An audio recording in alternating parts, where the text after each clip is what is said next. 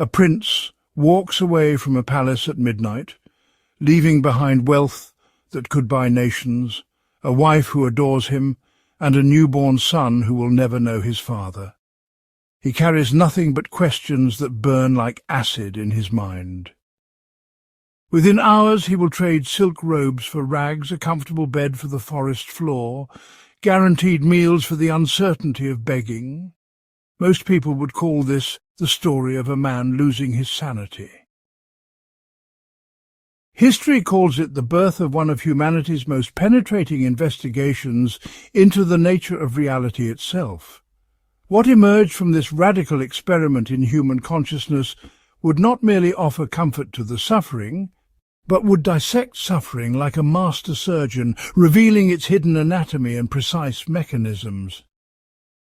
This is not just another spiritual teaching promising peace and happiness. This is a complete manual for psychological liberation, tested across 25 centuries by millions of practitioners, refined through countless generations of careful observation.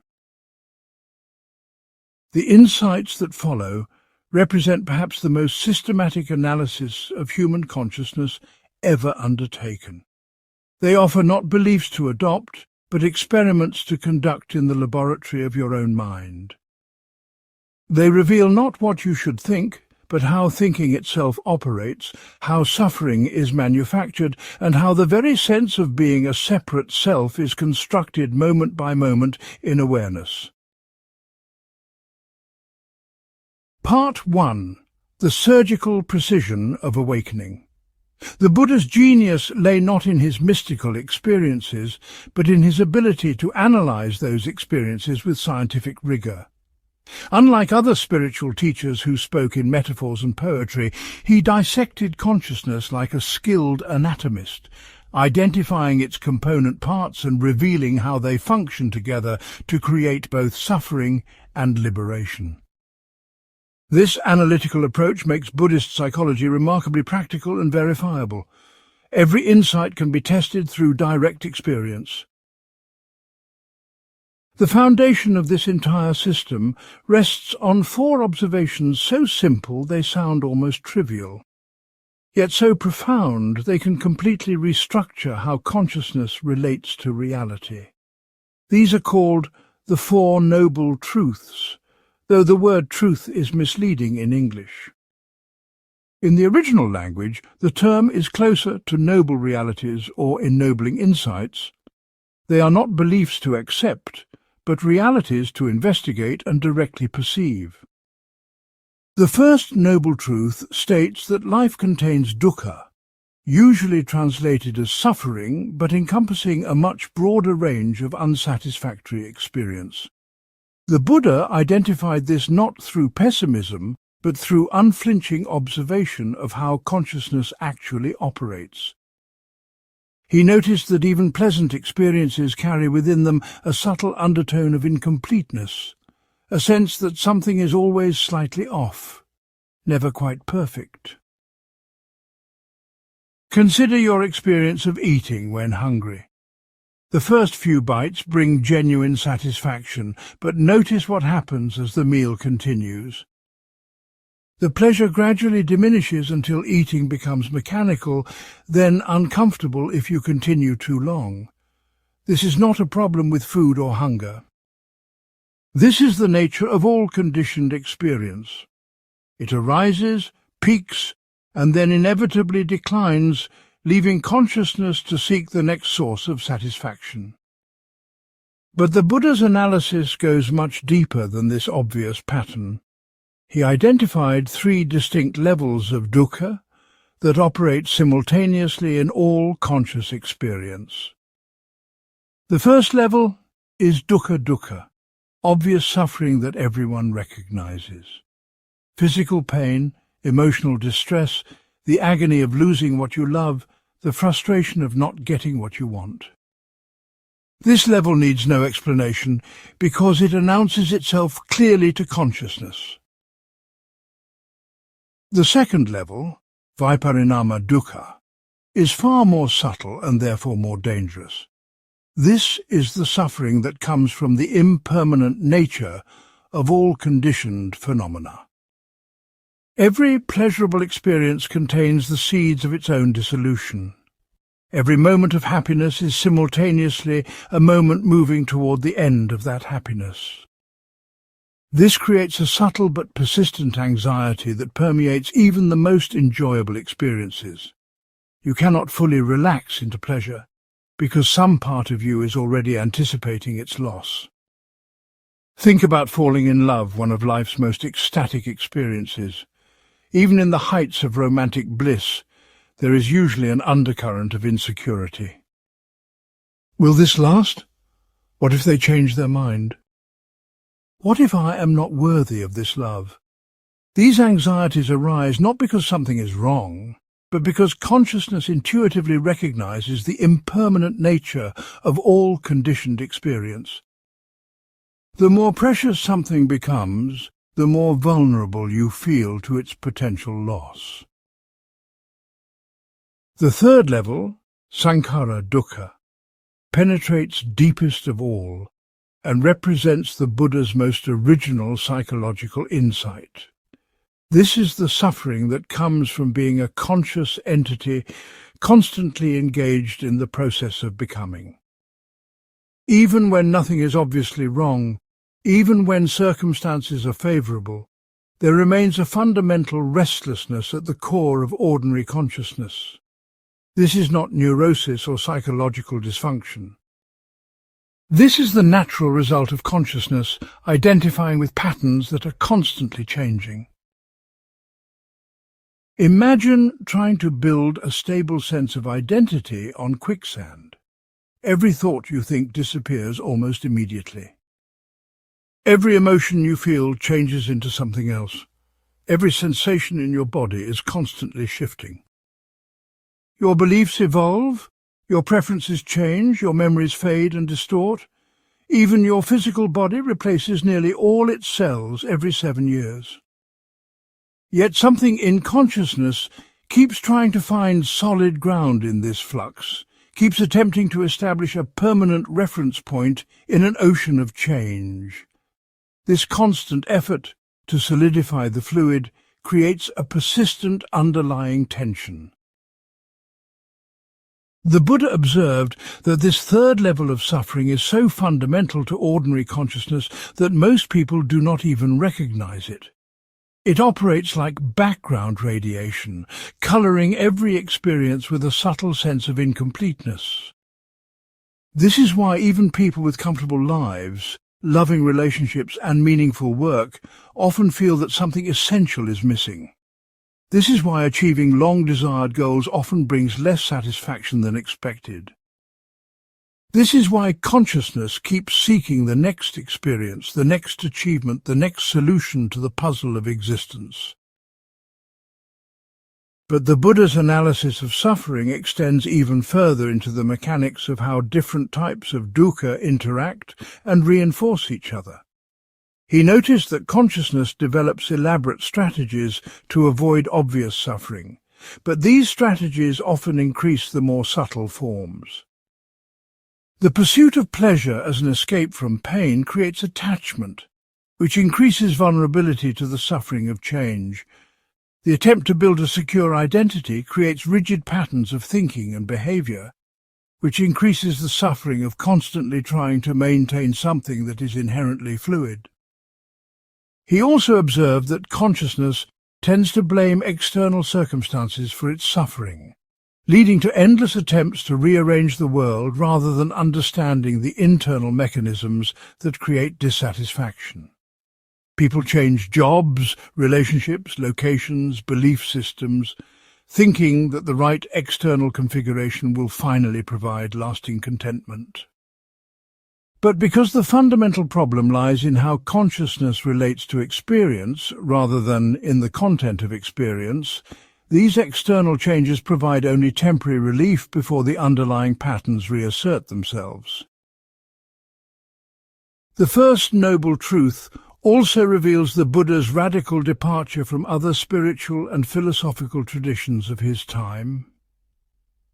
Most religious systems of his era focused on achieving union with cosmic forces, appeasing deities, or purifying the soul for a better afterlife. The Buddha focused instead on understanding the precise mechanisms through which consciousness creates its own suffering. This made his approach fundamentally therapeutic rather than mystical, practical rather than metaphysical. His analysis showed that suffering is not punishment for sin, not the result of cosmic injustice, not even primarily caused by external circumstances. Suffering is a byproduct of specific mental processes that can be observed, understood, and ultimately transformed. This insight removes suffering from the realm of theology and places it squarely in the domain of psychology and cognitive science. It suggests that liberation is not about changing the world or appeasing unseen forces, but about understanding and working skillfully with the mind itself. The Buddha also recognized that different people experience these three levels of suffering with different intensities depending on their psychological development and life circumstances. Someone dealing with severe illness or poverty will be primarily concerned with the first level of obvious suffering. Someone with comfortable external circumstances but high sensitivity might be more aware of the second level, the subtle anxiety that accompanies all impermanent pleasures. Someone with considerable psychological development might become conscious of the third level, the underlying restlessness that persists even in states of relative contentment. This recognition led to the development of graduated teachings appropriate for different levels of understanding and different temperaments. The Buddhist path offers practical methods for working with obvious suffering through ethical conduct and basic meditation techniques. It provides more advanced practices for those ready to investigate the subtle suffering that comes from attachment to changing conditions. And it offers the most refined methods for those prepared to examine the deepest level of suffering that comes from the very structure of ordinary consciousness. The First Noble Truth concludes with perhaps the most important recognition of all. The acknowledgement of suffering is not meant to create despair or resignation. It is meant to create what the Buddha called spiritual urgency, a motivation so profound that it can sustain the effort required for complete psychological transformation. When you clearly see how much energy is wasted in the constant attempt to avoid unavoidable aspects of existence, you naturally begin looking for more skillful approaches. When you recognize how much suffering comes from futile resistance to the nature of reality, you become genuinely interested in learning how to work with reality as it actually is. Part 2. The Anatomy of Craving. The second noble truth represents perhaps the Buddha's most psychologically sophisticated insight, one that would not be matched in Western psychology for over 2 millennia. Having identified the universal presence of suffering in conscious experience, he turned his analytical attention to its causes. What he discovered was not a list of external factors that create problems, but a precise internal mechanism that operates constantly beneath the threshold of ordinary awareness. This mechanism is called tanha in the original language, usually translated as craving, but encompassing a much more subtle and pervasive process than the English word suggests. Craving is not simply wanting things. It is the quality of desperation that can infuse any form of desire, the sense that your psychological well-being depends on obtaining, maintaining, or avoiding particular experiences. The Buddha identified 3 distinct types of craving that operate simultaneously in ordinary consciousness, each creating its own form of suffering, each reinforcing the others in complex feedback loops. Understanding these three types provides a complete map of how consciousness traps itself in dissatisfaction. The first type, kamatanha, is craving for sensual pleasure. This includes not just sexual desire, but the entire range of ways consciousness seeks satisfaction through the five senses. The anticipation of a delicious meal when hungry, the desire for physical comfort when uncomfortable, the craving for beautiful sights and sounds and textures. This type of craving seems natural and even necessary for survival, which is why it operates so powerfully and why most people never question its fundamental nature. But the Buddha's analysis revealed something remarkable about sensual craving that most people never notice. The satisfaction it provides is always temporary and always requires increasing stimulation to maintain the same level of pleasure. This is not a moral judgment, but a description of how consciousness actually functions when it becomes dependent on external stimuli for its sense of well-being.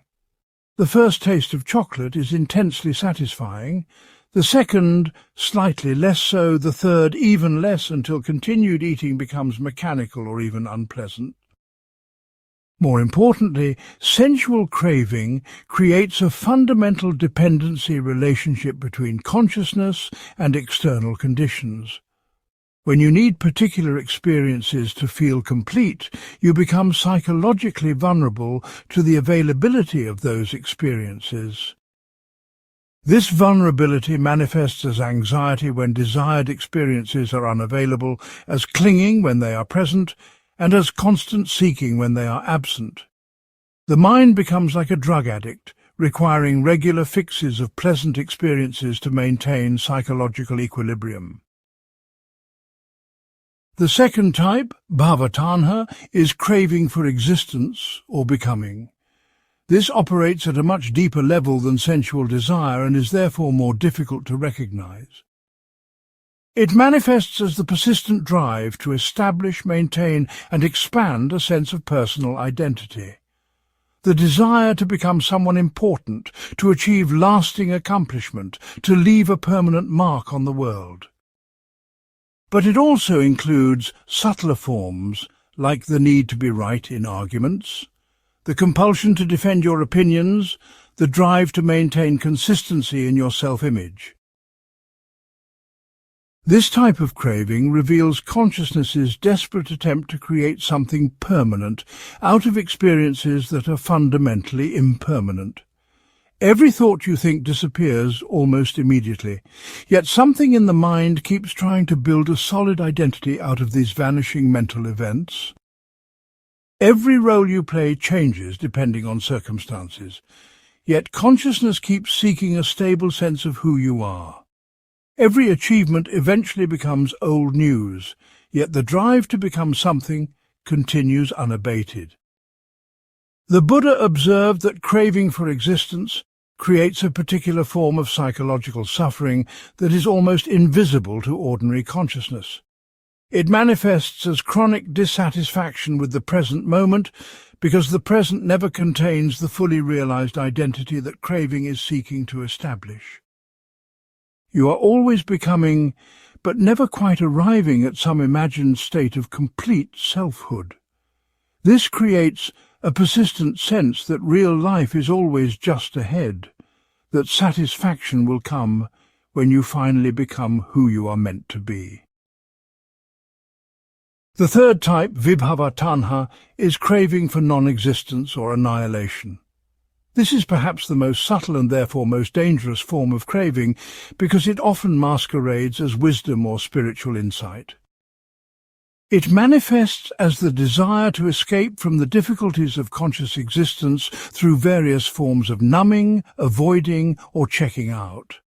The wish that problems would simply disappear, that difficult emotions would stop arising, that challenging circumstances would magically resolve themselves without any effort on your part. This type of craving can manifest in obvious ways like substance abuse, compulsive entertainment consumption, or workaholism as a form of avoidance. But it also shows up in sophisticated forms that can fool even experienced practitioners. The spiritual seeker who wants to transcend human concerns rather than engage with them skillfully. The meditation student who uses mindfulness techniques to suppress difficult emotions rather than understand them. The philosopher who retreats into abstract thinking to avoid the messiness of actual relationships and responsibilities. The Buddha's analysis revealed that all three types of craving share a common underlying structure.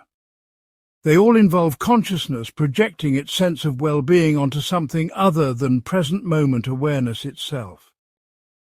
Whether seeking pleasure, seeking to become something, or seeking to escape, the mind is constantly looking elsewhere for what can only be found in the quality of awareness itself. This creates a perpetual state of psychological displacement, a constant sense of being in the wrong place at the wrong time. But the Buddha's investigation went even deeper into the mechanics of how craving operates in real time. He identified a precise sequence of mental events that occurs thousands of times per day, usually below the threshold of conscious recognition. This sequence begins when one of the six senses makes contact with an object. The eye sees a colour, the ear hears a sound, the mind encounters a thought or memory. This contact immediately triggers a feeling tone, either pleasant, unpleasant, or neutral. This feeling tone happens automatically and is not yet problematic. The problem arises in what happens next. Based on the feeling tone, craving arises automatically in one of its three forms. If the contact is pleasant, craving for sensual pleasure arises, seeking to repeat or intensify the experience. If the contact threatens the ego structure, craving for existence arises, seeking to defend or expand the sense of self. If the contact is unpleasant or overwhelming, craving for non-existence arises, seeking to avoid or escape the experience. This entire sequence happens in milliseconds and usually passes completely unnoticed. Once craving has arisen, it immediately triggers what the Buddha called upadana, usually translated as clinging or grasping. This is where craving moves from a mental impulse to an active attempt to manipulate experience. Clinging manifests as mental commentary about the experience, stories about what it means, plans for how to get more of it or get rid of it, comparisons with past experiences, projections about future consequences. The mind becomes completely absorbed in these secondary mental activities and loses contact with the direct experience that started the whole sequence. The Buddha identified 4 specific types of clinging that arise from the 3 types of craving.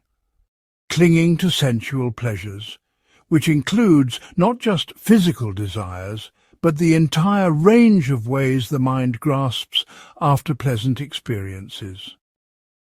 Clinging to views and opinions, which includes both philosophical beliefs and everyday judgments about how things should be.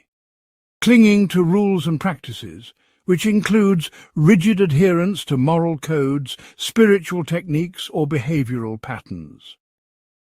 And clinging to theories of selfhood, which includes all the ways the mind tries to establish and maintain a solid sense of personal identity. These 4 types of clinging work together to create what the Buddha called the wheel of becoming, a self-perpetuating cycle that keeps consciousness trapped in patterns of seeking and dissatisfaction. Each act of clinging creates karma, intentional actions that shape future experiences.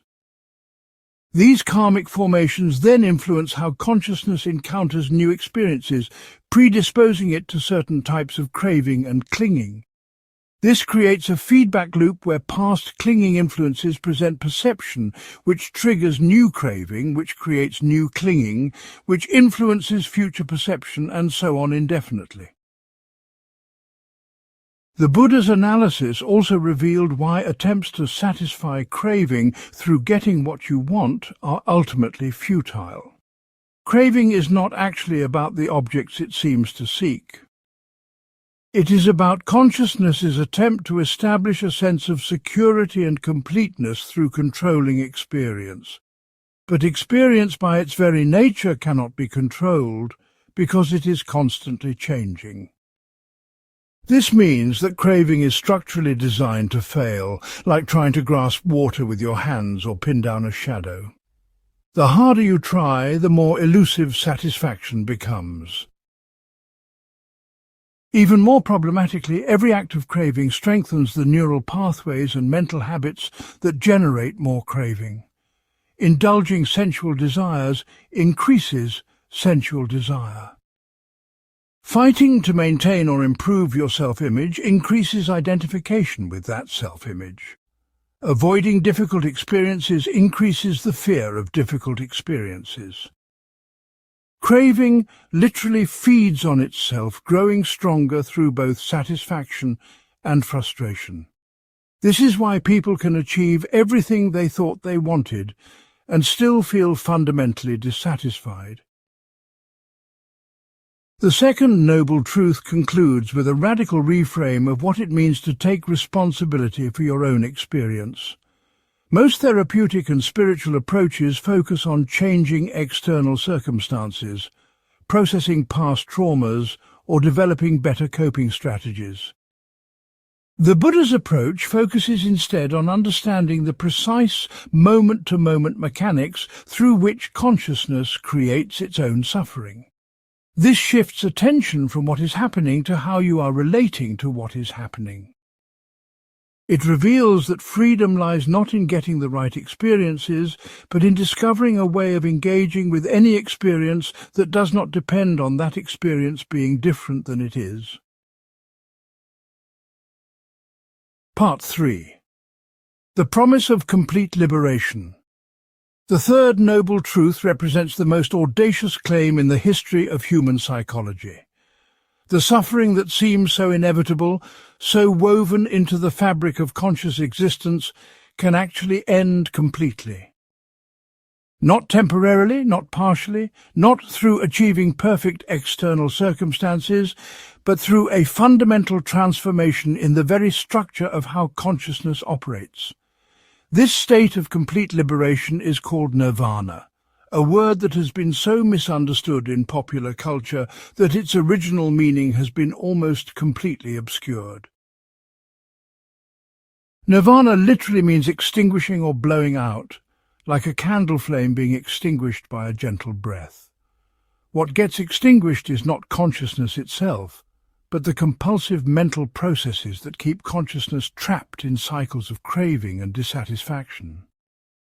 This is not unconsciousness, not emotional numbness, not withdrawal from life. It is consciousness freed from the psychological mechanisms that create suffering, operating with complete clarity and responsiveness, but without the desperate edge of needing things to be different than they are. The Buddha's description of nirvana challenges virtually every assumption that ordinary consciousness makes about what constitutes a fulfilling life. It is described as the unconditioned, meaning it does not depend on any particular circumstances being present or absent.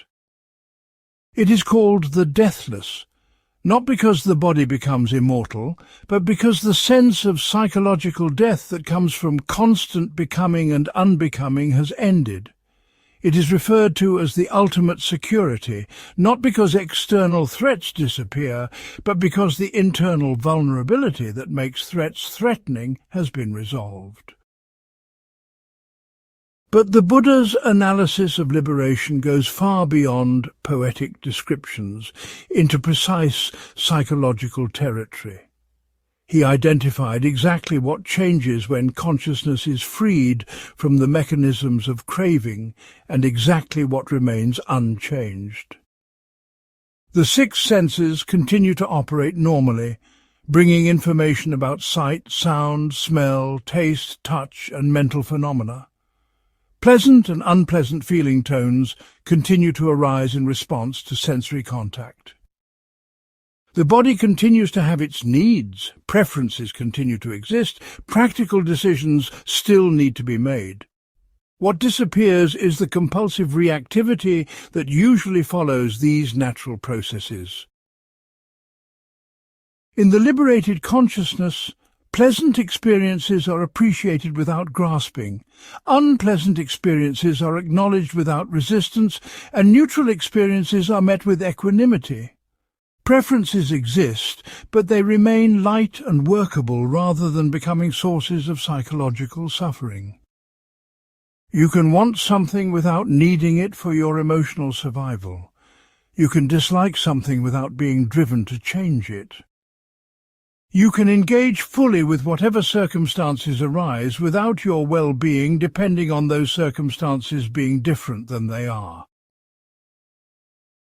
The Buddha described this transformation through a series of profound metaphors that reveal different aspects of what liberation actually entails. Nirvana is like a fire that has gone out, not because it has been violently extinguished, but because it has consumed all available fuel. The fuel of suffering is craving, and when craving ends naturally through understanding rather than suppression, the fire of suffering simply goes out by itself.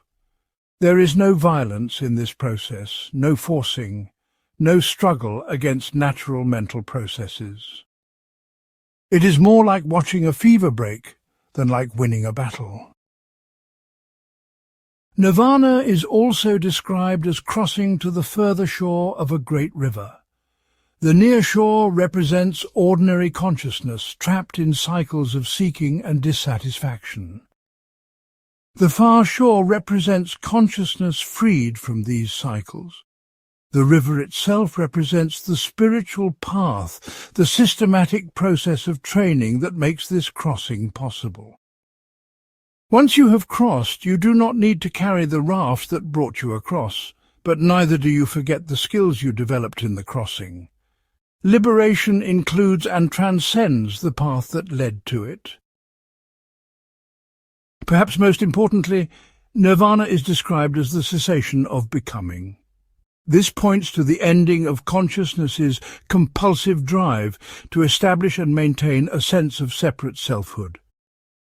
In ordinary awareness, tremendous psychological energy is constantly devoted to defending, improving, and projecting the ego structure. Mental conversations run continuously about who you are, how you compare to others, what you need to do to maintain your identity, how to get others to see you the way you want to be seen. In liberated consciousness, this entire self-maintenance project simply stops operating. Energy that was previously bound up in self-concern becomes available for direct engagement with reality as it actually is. The Buddha's analysis revealed that liberation occurs through understanding rather than through achievement. You do not become liberated by acquiring something new, but by seeing through something that was never actually there in the first place. The separate self that seems so solid and important is revealed to be a construction, a process rather than a thing, a verb rather than a noun. When this construction is seen clearly, it does not need to be destroyed or transcended. It simply stops being a problem, because it is recognized as having been a misunderstanding all along. This insight into the constructed nature of selfhood represents one of the Buddha's most radical departures from other spiritual traditions. Most mystical paths involve some form of union, merger, or identification with a larger cosmic reality. The Buddhist path involves seeing that the entity that would unite with something larger never existed as a separate thing in the first place. There is no one to be liberated because liberation is precisely the recognition that the one who seemed to need liberating was a case of mistaken identity. But this recognition does not lead to nihilism or meaninglessness. Instead, it reveals the natural compassion and wisdom that were always present but obscured by the self-maintenance project. When consciousness is no longer primarily concerned with defending and improving a separate identity, it becomes naturally responsive to the suffering and well-being of all sentient beings. Ethics becomes spontaneous rather than effortful, wisdom becomes natural rather than acquired. Love becomes unconditional rather than strategic. The Buddha also addressed the question of whether liberation is permanent or temporary. He distinguished between different levels of realization, some temporary and some irreversible. Temporary states of liberation can occur during meditation or in moments of profound insight, giving practitioners a taste of what is possible. But complete liberation involves a fundamental rewiring of consciousness that cannot be undone once it has occurred. This is not because the liberated person becomes perfect or infallible, but because they have seen through the basic misunderstanding that creates suffering so clearly that they cannot unsee it. The irreversible nature of complete liberation is compared to the impossibility of believing that a rope is a snake once you have seen clearly that it is just a rope.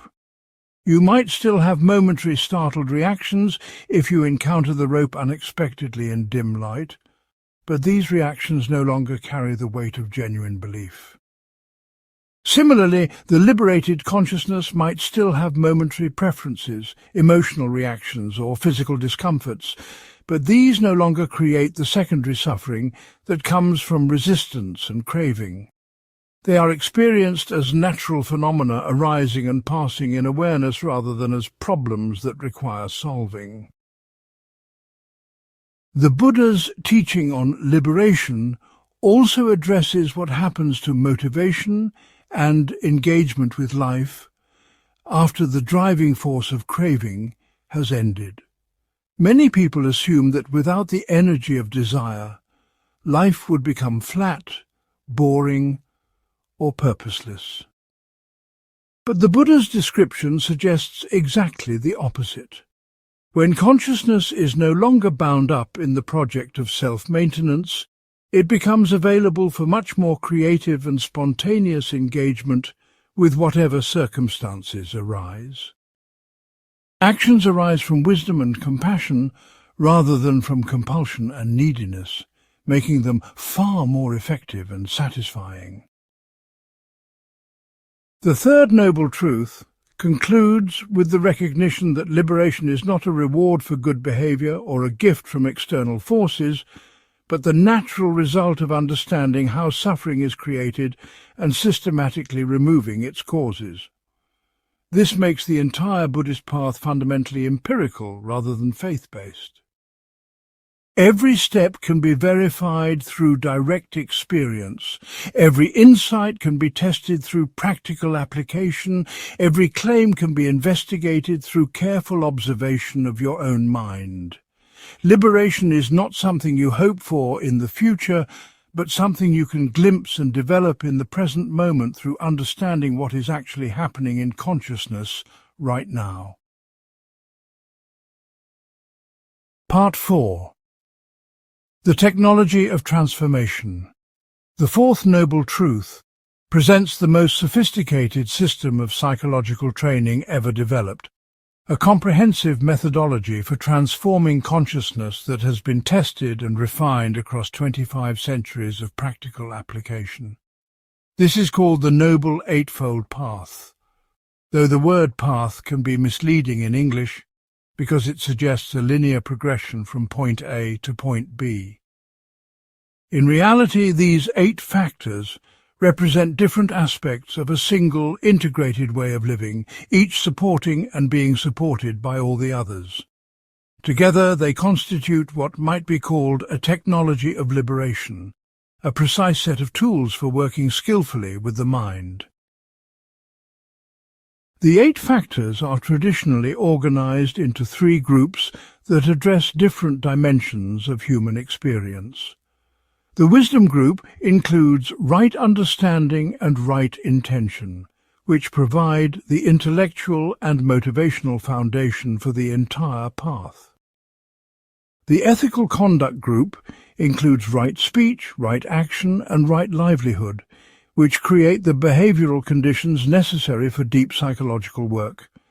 The mental cultivation group includes right effort, right mindfulness, and right concentration, which directly train consciousness itself. But these divisions are artificial conveniences for teaching purposes. In actual practice, all 8 factors develop simultaneously and interdependently. Right understanding, the first factor, involves developing accurate knowledge about the nature of reality, particularly the 4 noble truths and their implications.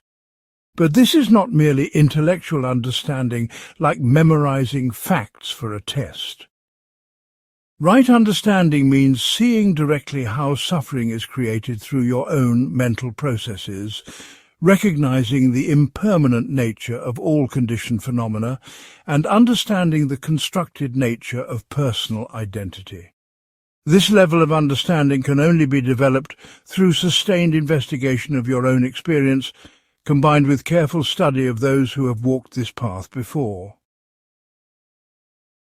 The development of right understanding typically progresses through several stages.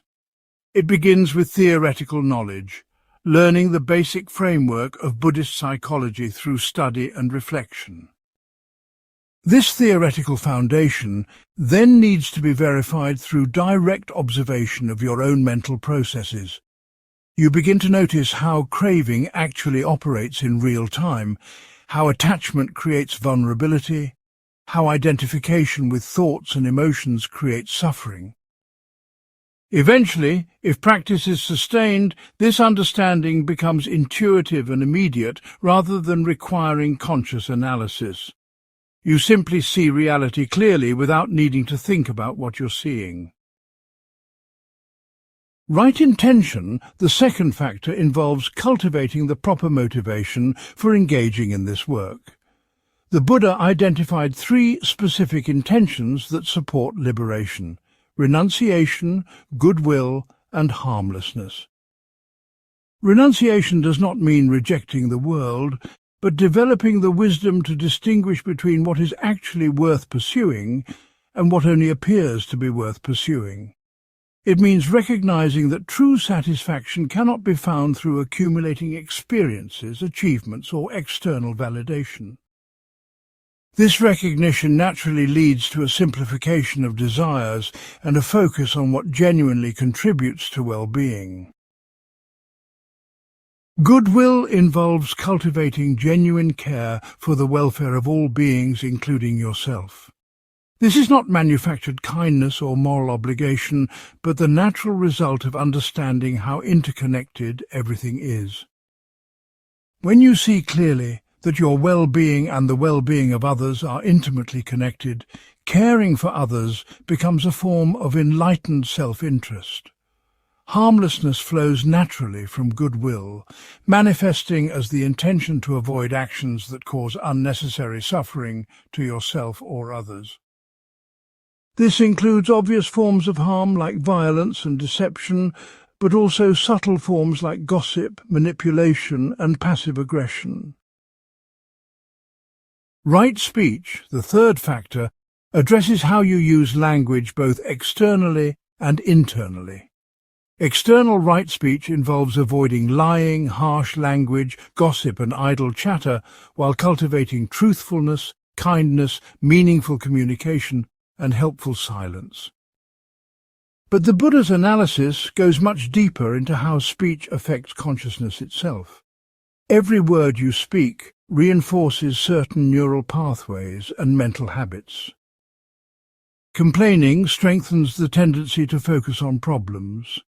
Gossiping increases preoccupation with other people's business. Harsh speech increases anger and defensiveness.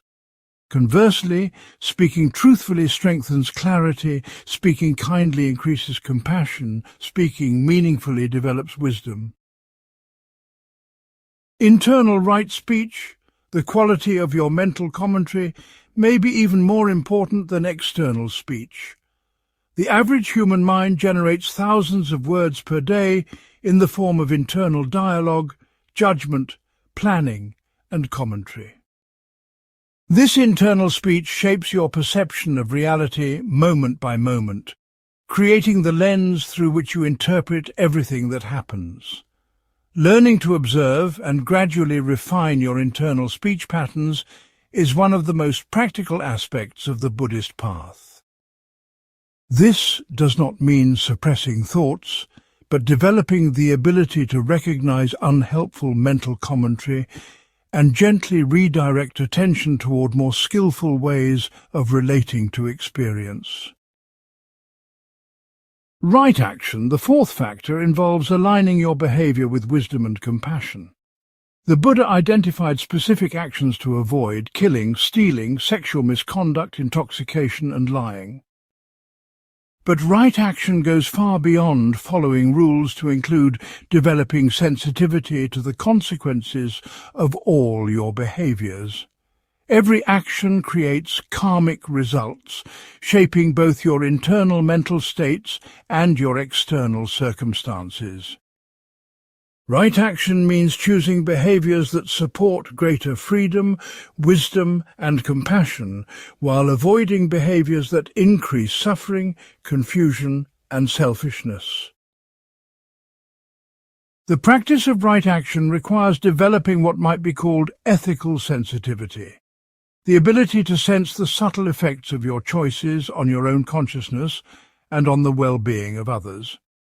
This sensitivity develops gradually through careful attention to the results of different types of behavior. You begin to notice how certain actions leave you feeling more peaceful and clear, while others create agitation and confusion. You observe how your behavior affects the people around you, how kindness and generosity create positive responses, while selfishness and aggression create negative ones. Over time, ethical behavior becomes natural and spontaneous rather than effortful because you directly perceive its benefits. Right livelihood, the fifth factor, extends right action into the realm of how you earn your living and organize your economic life. The Buddha specifically mentioned avoiding livelihoods that involve harming living beings, such as trading in weapons, living beings, meat, intoxicants, and poison. But the principle applies more broadly to any way of earning money that requires you to act against your deeper values or that contributes significantly to the suffering of others. Right livelihood also includes developing a healthy relationship with money and material possessions, neither clinging to wealth nor rejecting it entirely. The practice of right livelihood often requires difficult choices about balancing idealism with practical necessity. Few people in modern society have the luxury of earning money in ways that are completely aligned with Buddhist principles. The goal is not perfection, but continuous movement in the direction of greater integrity and less harm. This might involve changing careers gradually, modifying how you approach your current work, or simply becoming more conscious of the ethical dimensions of your economic choices. Right livelihood is ultimately about recognizing that how you earn and spend money is inseparable from your spiritual development. Right effort, the sixth factor, addresses the quality of energy you bring to spiritual practice and to life in general. This is not about forcing yourself to be disciplined or pushing through resistance with willpower. Right effort involves learning to work with mental energy skillfully, applying just the right amount of intensity for each situation. Too little effort, and you remain stuck in old patterns. Too much effort, and you create tension and resistance. The Buddha compared right effort to tuning a stringed instrument, finding the precise tension that allows the instrument to produce beautiful music. The Buddha identified 4 specific applications of right effort. First, the effort to prevent unwholesome mental states from arising by maintaining awareness and avoiding situations that trigger harmful patterns. Second, the effort to abandon unwholesome mental states that have already arisen by neither suppressing them nor indulging them, but understanding them clearly until they naturally dissolve. Third, the effort to cultivate wholesome mental states that have not yet arisen by creating conditions that support wisdom, compassion, and peace. Fourth, the effort to maintain and develop wholesome mental states that are already present by appreciating them and providing the conditions they need to flourish. Right mindfulness, the 7th factor, involves developing the capacity to observe the mind without being caught up in its contents. This is perhaps the most distinctive aspect of Buddhist practice, and the one that has had the greatest influence on modern psychology and neuroscience. Mindfulness is not relaxation, though it can be relaxing. It is not positive thinking, though it can improve your mood. Mindfulness is a specific mental skill, the ability to maintain clear awareness of present moment experience without getting lost in stories, judgments, or reactions about that experience. The Buddha identified 4 foundations of mindfulness that provide a complete framework for training attention. Mindfulness of the body includes awareness of breath, posture, physical sensations, and bodily activities. This foundation grounds awareness in immediate physical reality and provides a stable reference point when the mind becomes agitated or confused. Mindfulness of feelings involves recognizing the pleasant, unpleasant, or neutral feeling tone that accompanies every moment of experience. This foundation helps you catch the arising of craving before it becomes full-blown clinging. Mindfulness of mind involves observing mental states and emotional patterns without being identified with them. You learn to recognize anger without becoming angry, to notice fear without being afraid, to observe desire without being driven by it. This creates tremendous psychological freedom because you are no longer at the mercy of whatever emotional weather happens to be passing through consciousness.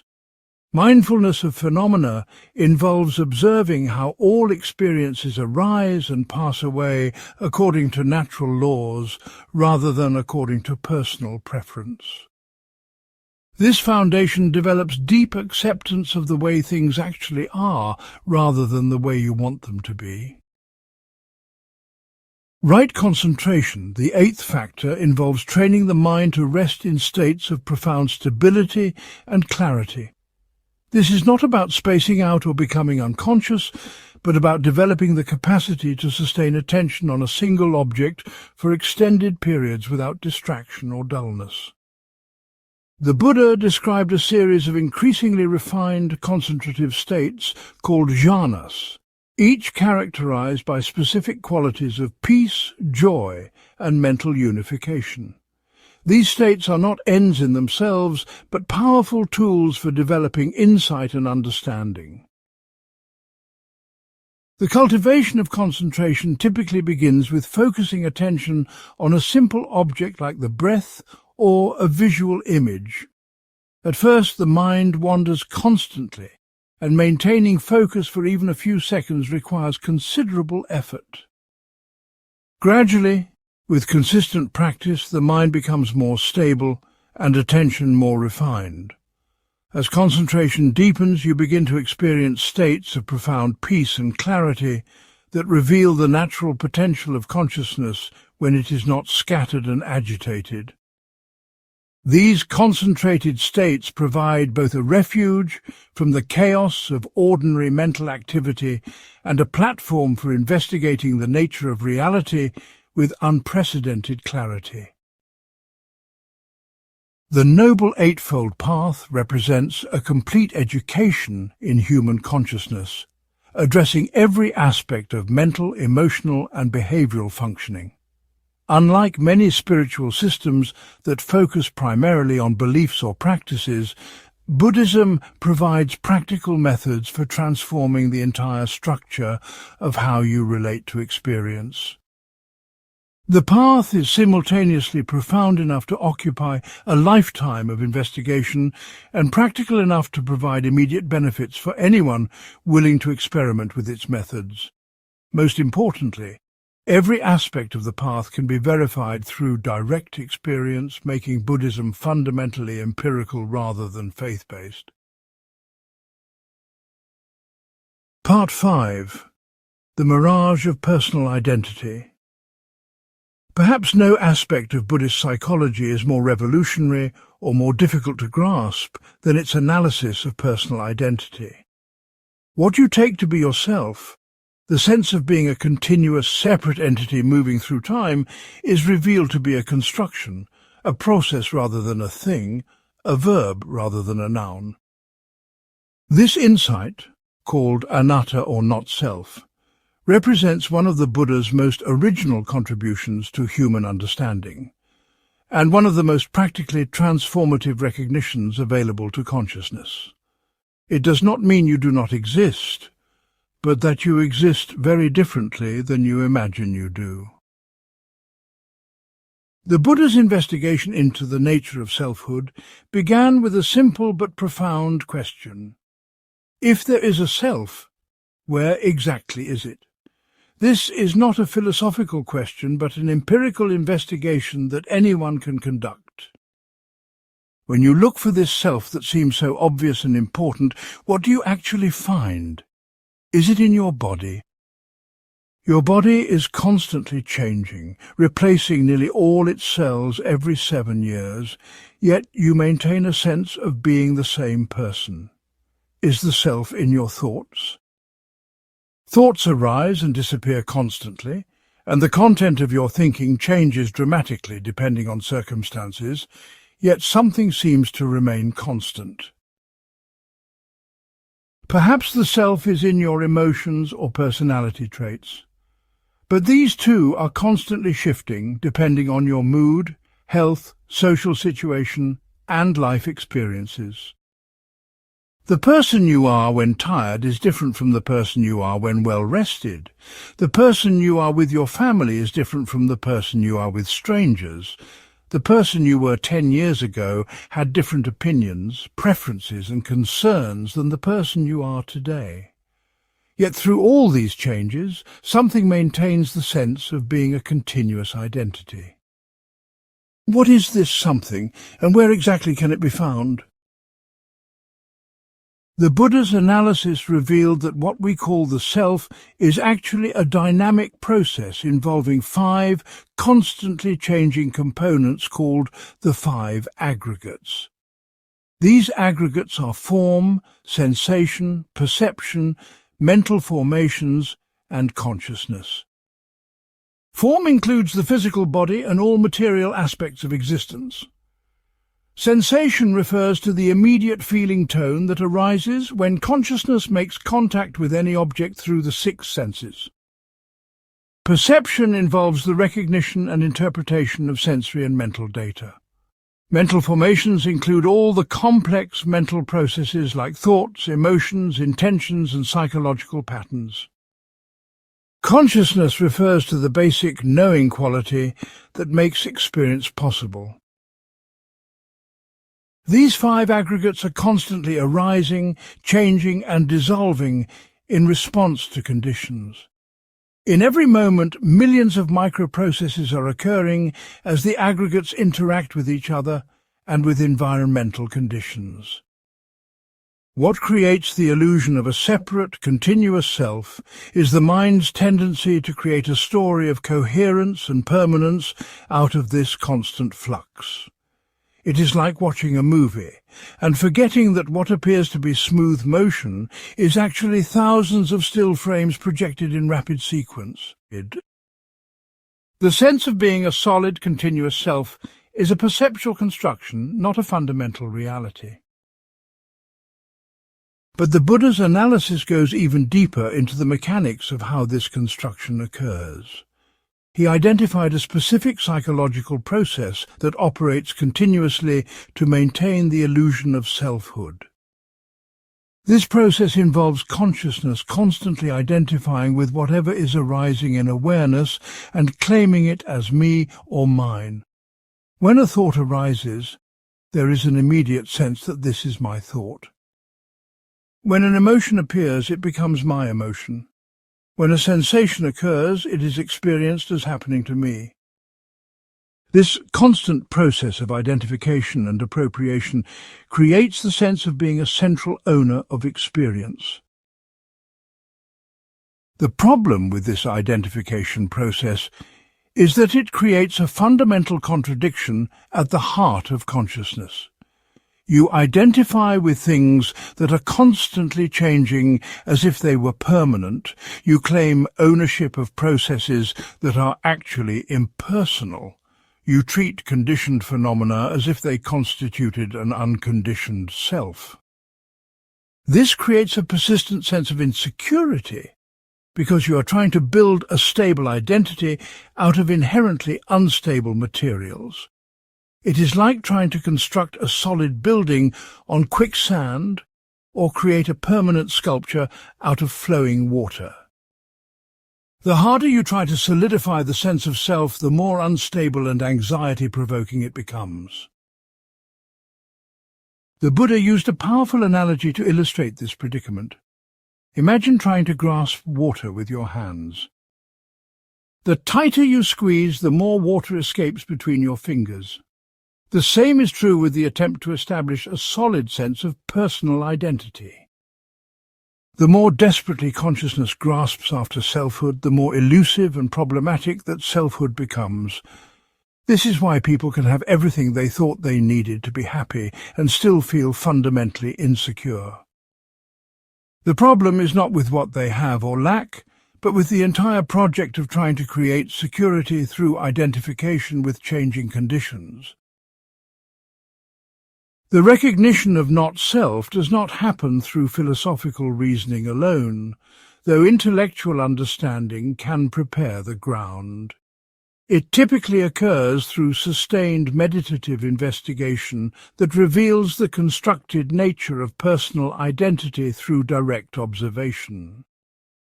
As mindfulness develops, you begin to notice the constant process of identification that usually operates below the threshold of awareness. You catch the mind in the act of claiming ownership of experiences, of creating stories about who you are based on temporary mental states, of defending and maintaining a sense of separate selfhood. Initially, this recognition can be quite disturbing because it challenges the most fundamental assumption of ordinary consciousness. If there is no solid self, then who is having these experiences? Who is making decisions? Who is responsible for actions? Who is practicing the spiritual path? These questions point to the need for a complete reframe of what it means to be conscious. Experience continues to occur, but it is no longer centered around a separate experiencer. Decisions continue to be made, but they arise from the totality of conditions rather than from a central decision-maker. Responsibility continues to exist, but it is distributed throughout the web of interdependent causation rather than concentrated in an individual entity. The Buddha addressed these concerns by distinguishing between conventional truth and ultimate truth. Conventionally, it is perfectly appropriate to use language like I and you, mine and yours, self and other. These distinctions are useful for practical purposes like communication, social organization, and moral responsibility. But ultimately, these conventional designations do not point to solid, separate entities. They are practical conveniences, like the lines of longitude and latitude that help us navigate the globe, but do not actually exist as physical markings on the Earth. Understanding this distinction allows you to function effectively in the conventional world, while maintaining awareness of the deeper truth of interconnectedness and impermanence. The practical implications of understanding not-self are profound and liberating. Most psychological suffering comes from defending, maintaining and enhancing a sense of separate selfhood. When this selfhood is recognized as a construction rather than a reality, tremendous psychological energy becomes available for more creative and compassionate engagement with life. You can have preferences without being imprisoned by them, opinions without needing others to agree with them, experiences without being defined by them. The defensive reactivity that characterizes so much human interaction begins to relax because there is less sense of a separate self that needs defending. The recognition of not-self also transforms the entire motivation for spiritual practice. Instead of seeking to improve or transcend yourself, you begin to see through the self that seemed to need improving or transcending. Instead of trying to achieve some future state of enlightenment, you recognize that the one who would achieve enlightenment is part of the problem that needs to be understood. Practice becomes less about becoming someone better and more about seeing through the illusion of being someone at all. This shift in motivation makes the path both more humble and more profound. The Buddha's teaching on not-self also reveals why compassion arises naturally as wisdom develops. When the barriers between self and other are seen to be conceptual constructions rather than fundamental realities, caring for others becomes as natural as caring for yourself. The suffering of other beings is no longer experienced as happening to someone else, but as arising within the same field of interdependent awareness that includes what you conventionally call your own experience. This recognition transforms ethics from a set of imposed rules to a spontaneous expression of understanding. Understanding not-self also provides a completely different perspective on death and impermanence. If there is no solid, continuous self to begin with, then there is nothing solid or continuous that can be lost through death. What dies is a particular configuration of the 5 aggregates, but the aggregates themselves continue in new forms according to the law of cause and effect. This does not necessarily imply personal survival after death, but it does suggest that the sharp distinction between existence and non-existence that terrifies ordinary consciousness is based on a fundamental misunderstanding. Death becomes not the annihilation of a self, but the dissolution of a temporary pattern in the ongoing flow of natural processes. Part 6. The River of Constant Change. Everything that exists is in constant flux, arising and passing away with every moment, never remaining the same from one instant to the next.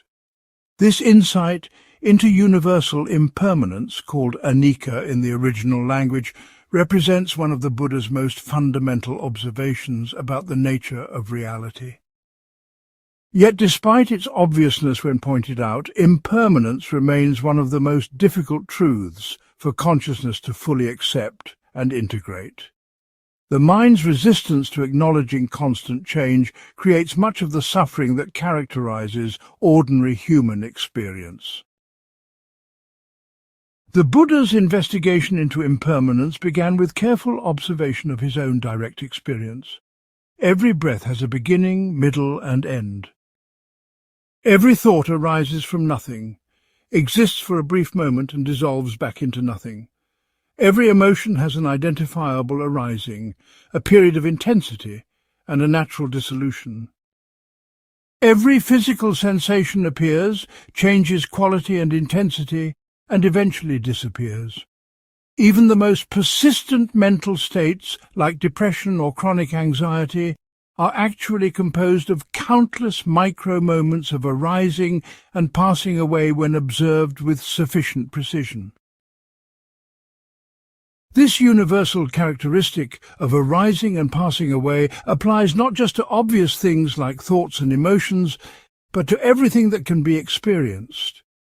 Your sense of personal identity changes constantly as new experiences modify your self-concept and old memories fade or transform. Your relationships evolve continuously as both you and others change in response to circumstances and inner development. Your beliefs and opinions shift over time as new information and experiences challenge old assumptions. Even your physical body is in constant flux, with cells dying and being born, chemical processes creating and breaking down molecules, energy flowing in and out continuously. But the Buddha's analysis of impermanence goes much deeper than simply observing that things change over time. He recognized that what appears to be continuous existence is actually composed of countless discrete moments of arising and dissolution happening with extraordinary rapidity. What you experience as a solid table is actually billions of atoms vibrating in space, constantly exchanging energy with their environment. What you experience as a continuous stream of consciousness is actually millions of micro-moments of knowing arising and passing away in rapid succession. Reality at the deepest level is more like a strobe light than a steady flame, more like a movie than a still photograph. This insight into the moment-to-moment nature of existence has profound implications for understanding how suffering is created and how it can be resolved. Most psychological pain comes from consciousness trying to make permanent what is inherently impermanent. You want pleasurable experiences to last forever. You want painful experiences to end immediately. You want your sense of identity to remain stable and secure. But the very nature of existence makes these desires impossible to fulfill. Trying to stop change is like trying to stop a river from flowing or prevent the sun from setting. The effort itself creates tension and frustration while accomplishing nothing. The Buddha identified 3 specific ways that resistance to impermanence creates suffering. The first is obvious. Clinging to pleasant experiences that are naturally ending creates the pain of loss and separation. The joy of falling in love is shadowed by the fear of losing that love. The pleasure of success is diminished by anxiety about maintaining that success. The satisfaction of achievement is complicated by worry about future failures. This type of suffering is widely recognized, though not usually understood as a problem with impermanence rather than with particular circumstances. The second way is more subtle. Resisting unpleasant experiences that are naturally arising creates additional layers of suffering beyond the original discomfort.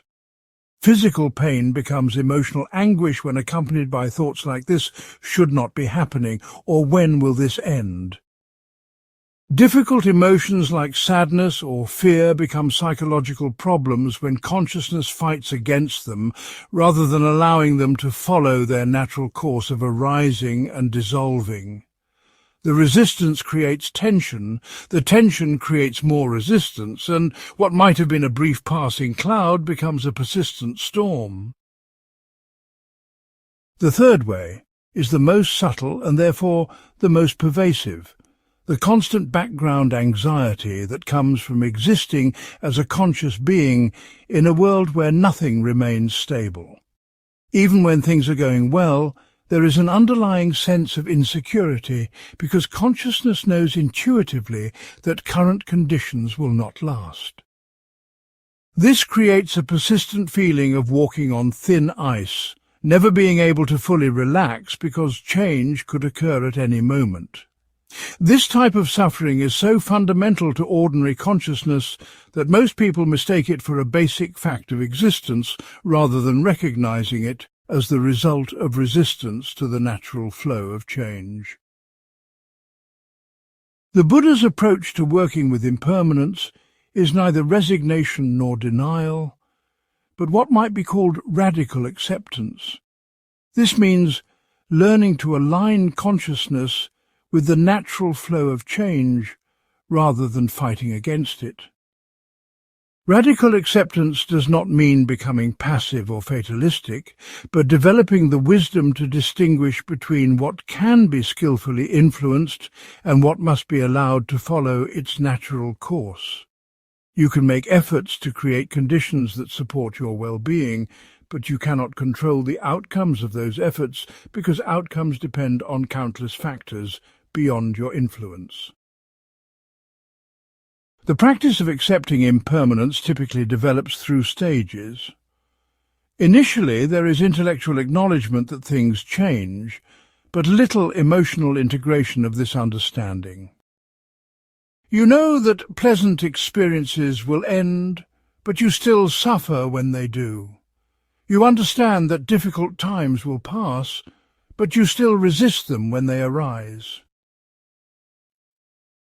This stage is important because it provides the conceptual framework for deeper investigation. But it does not yet transform the basic patterns of clinging and resistance. The next stage involves beginning to observe the process of change directly through meditative awareness. You start to notice the constant arising and passing of thoughts, emotions, and sensations in real time. This direct observation gradually weakens the illusion that experiences are solid and permanent, making it easier to let go when change occurs. You begin to develop what might be called change readiness, a quality of mental flexibility that allows you to adjust more quickly to new circumstances rather than remaining stuck in how things used to be. The deepest stage of integration involves discovering that impermanence is not a problem to be solved, but the very nature of life itself. Change becomes a source of freedom rather than anxiety, because it means that no difficult situation is permanent and no pleasant situation needs to be clung to desperately.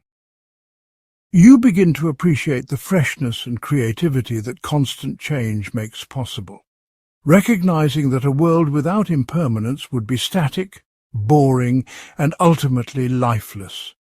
The very qualities that make existence meaningful, such as growth, learning, and development, depend entirely on the fact that nothing remains the same. This transformed relationship with impermanence has immediate practical benefits. Decision-making becomes less anxious because you understand that no decision is permanent and mistakes can be corrected as new information becomes available. Relationships become less possessive because you appreciate people as they are in each moment rather than trying to freeze them into fixed roles or expectations. Planning for the future becomes more flexible because you hold your goals lightly, willing to adjust them as circumstances change. Even aging and physical decline become easier to accept because they are recognized as natural expressions of the universal process of change rather than personal failures or cosmic injustices. The Buddha also used the understanding of impermanence as a tool for working with difficult mental states. When experiencing strong emotions like anger, fear, or sadness, remembering that these states are impermanent can provide immediate relief from their intensity. Instead of getting caught up in the story about why you are feeling this way or what needs to be done about it, you can simply observe the emotion arising, changing, and eventually dissolving on its own. This does not mean suppressing emotions or pretending they do not matter, but recognizing their temporary nature and allowing them space to follow their natural course. The insight into impermanence also transforms the entire approach to spiritual practice. Instead of seeking permanent states of peace or enlightenment, you begin to appreciate the dynamic quality of awakened consciousness. Wisdom is not a fixed achievement, but a flowing response to changing conditions. Compassion is not a permanent emotional state, but a continuous adjustment to the suffering around you. Liberation is not a final destination, but an ongoing process of letting go. This understanding makes the path both more humble and more sustainable, because it removes the pressure to achieve some imagined state of perfection. Understanding impermanence deeply also reveals the interconnected nature of all phenomena. Nothing changes in isolation because everything exists in relationship with everything else. When you change, your relationships change. When your relationships change, the people around you change. When they change, their relationships change, and the effects ripple outward indefinitely. This recognition makes you more conscious of how your thoughts, words, and actions contribute to the constantly changing web of existence, increasing your sense of responsibility while simultaneously reducing the weight of that responsibility by distributing it throughout the entire network of interdependence. Part 7. The Web Without a Weaver. Nothing exists independently. This statement represents perhaps the most profound and far-reaching insight in Buddhist philosophy, one that challenges the deepest assumptions of ordinary consciousness about the nature of reality. Called pratitya samutpada, or dependent origination, this principle reveals that everything arises in dependence upon conditions, exists only in relationship, and dissolves when those conditions change. Understanding this interconnectedness transforms not just how you see the world, but how you see yourself and your place in the vast web of existence. The Buddha's investigation into interdependence began with a simple but revolutionary question. How do things come into existence? Most people assume that objects and experiences exist independently and then interact with other independent objects and experiences. The Buddha's careful observation revealed exactly the opposite. Things do not exist first and then relate, but rather come into existence through relationship itself. Nothing has inherent independent existence because everything depends on causes and conditions for its arising, maintenance, and dissolution. Consider something as simple as the experience of seeing a tree. This experience requires the presence of a tree, functioning eyes, adequate lighting, a nervous system capable of processing visual information, previous experiences that allow you to recognize the patterns of light and shadow as a tree, and countless other conditions. Remove any of these conditions, and the experience of seeing a tree cannot occur. The experience does not exist independently and then encounter these conditions, but comes into existence precisely through the coming together of these conditions. When the conditions change or disappear, the experience changes or disappears as well. This same principle applies to everything that can be experienced, including mental states, emotions, and even the sense of personal identity. Anger does not exist as a thing somewhere in your mind waiting to be triggered. It arises when specific conditions come together. A triggering event, a story about what that event means, physical tension in the body, memories of similar situations, and various other psychological and environmental factors. Change any of these conditions, and the anger changes or disappears entirely. The anger has no existence apart from these interdependent conditions. The Buddha formulated this insight into what is called the principle of dependent origination. This arising that arises, this ceasing that ceases. This principle operates at every level of existence, from the most obvious physical processes to the most subtle psychological phenomena. Seeds sprout when they encounter the right conditions of soil, moisture, temperature, and light. Thoughts arise when consciousness encounters objects through the six senses in the presence of attention and memory. Suffering appears when craving meets impermanence in the context of identification with changing conditions. Liberation occurs when wisdom encounters craving in the presence of sustained mindful investigation. The traditional teaching presents dependent origination through a 12-link chain that describes how suffering perpetuates itself through cycles of conditioned existence. This chain begins with fundamental ignorance about the nature of reality, particularly ignorance about impermanence, suffering, and the constructed nature of selfhood.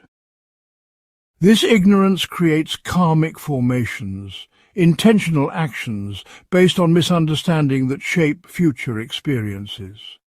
These formations condition consciousness, which conditions name and form, which conditions the six sense spheres, which conditions contact, which conditions feeling, which conditions craving, which conditions clinging, which conditions becoming, which conditions birth, which conditions aging and death.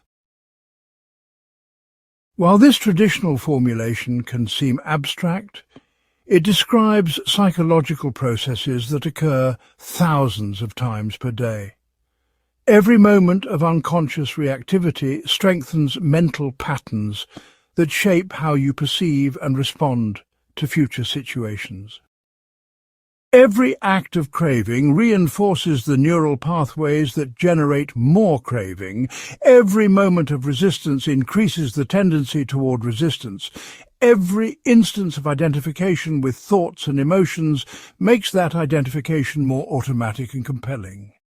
Suffering perpetuates itself through these feedback loops of conditioned response. But the same principle that explains how suffering perpetuates also reveals how it can be interrupted and ultimately ended. When ignorance is replaced by understanding, the entire chain of conditioning begins to transform. When you see clearly how mental states arise in dependence upon conditions, you can begin working skillfully with those conditions rather than being at their mercy. When you understand how craving creates clinging, you can catch the process earlier in its development before it becomes overwhelming. When you recognize how identification creates suffering, you can learn to hold experiences more lightly. The insight into interdependence also reveals why individual liberation is inseparable from universal liberation. Since nothing exists independently, your well-being and the well-being of all other beings are intimately interconnected. Your mental states affect everyone you encounter. Their responses affect their other relationships, and the effects ripple outward throughout the entire web of existence. Conversely, the suffering and joy of others affects you directly through the same networks of interdependence. This recognition makes compassion not just a moral choice, but an acknowledgement of factual reality. Understanding interdependence transforms the entire notion of personal responsibility. You are neither completely responsible for everything that happens to you, nor completely powerless in the face of external circumstances. Your actions and mental states influence the conditions you encounter, but those conditions also shape your capacity to respond skillfully. You are both the creator and the product of your circumstances, both the cause and the effect of your experience. This recognition leads to what might be called participatory responsibility, taking full ownership of your part in the web of causation while acknowledging that your part is always embedded within larger patterns beyond your control. The principle of interdependence also provides a sophisticated understanding of how change occurs in complex systems. Most people assume that change happens through direct, linear causation. You decide to do something different, and the results follow immediately. The Buddha's analysis reveals that change actually occurs through the gradual shifting of multiple interconnected conditions, often in ways that are not immediately visible. Small consistent changes in one area of life can eventually transform the entire system, while dramatic changes that ignore interdependent conditions often prove unsustainable. This understanding has immediate practical applications for spiritual practice and personal development. Instead of trying to force yourself to change through willpower alone, you learn to create conditions that naturally support the changes you want to see. If you want to develop greater patience, you work simultaneously with your thoughts, emotions, physical tension, environmental factors, and social relationships, rather than just trying to suppress impatient reactions. If you want to cultivate compassion, you investigate the conditions that open your heart as well as the conditions that close it, then gradually shift the balance toward openness. The insight into interdependence also transforms how you work with difficult circumstances and challenging relationships. Instead of seeing problems as solid obstacles that must be overcome through force, you begin to see them as configurations of conditions that can be gradually shifted through skillful engagement. A difficult relationship is not a fixed situation, but a dynamic process involving two or more people, each bringing their own conditioning, each responding to the other's responses, each capable of influencing the overall pattern through their own choices. This perspective opens up creative possibilities that are invisible when you think in terms of independent entities trying to control each other. Understanding interdependence deeply also reveals the arbitrary nature of most boundaries and categories that ordinary consciousness takes to be solid and important. The distinction between self and other, inside and outside, success and failure, good and bad, all prove to be useful conveniences rather than fundamental realities. This does not mean these distinctions become meaningless, but that they are held more lightly and used more skillfully. You can function effectively within conventional categories while maintaining awareness that they are constructions rather than discoveries. Gap. 2S. The Buddha used many metaphors to illustrate the principle of interdependence, each highlighting different aspects of this fundamental insight. Reality is like a vast net of jewels, each jewel reflecting all the others, so that changing any one jewel changes the entire net. Existence is like a tree with roots, trunk, branches and leaves, all depending on each other for the life of the whole. Consciousness is like space, allowing all phenomena to arise within it while being influenced by everything that appears. These metaphors point toward a way of seeing that transcends the usual subject-object dualism of ordinary perception and reveals the seamless wholeness that underlies apparent separation. Part 8. The Inheritance of Action. Every intentional action creates consequences that shape future experience in precise and discoverable ways. This principle, called karma in Sanskrit, represents one of the Buddha's most empirically grounded insights and one of his most practically important teachings for understanding how to live skillfully. But karma, as the Buddha taught it, bears little resemblance to the popular notion of cosmic justice or supernatural reward and punishment systems. It is instead a sophisticated understanding of how consciousness conditions itself through its own choices, creating the very circumstances it will encounter in the future.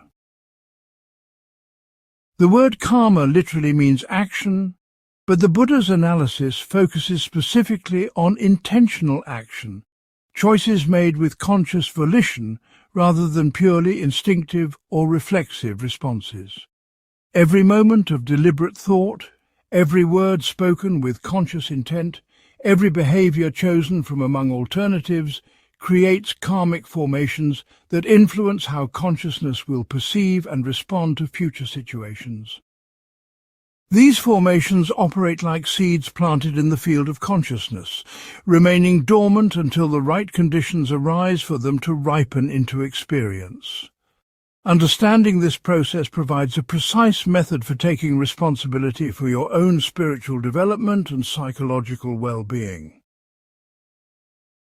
The Buddha identified 3 types of karma based on the medium through which intentional action is expressed. Mental karma includes all conscious thoughts, intentions, and mental attitudes, particularly those that are deliberately cultivated or reinforced through repetition. Verbal karma encompasses not just spoken words, but all forms of communication, including written expression, body language, and even the quality of silence you maintain in different situations.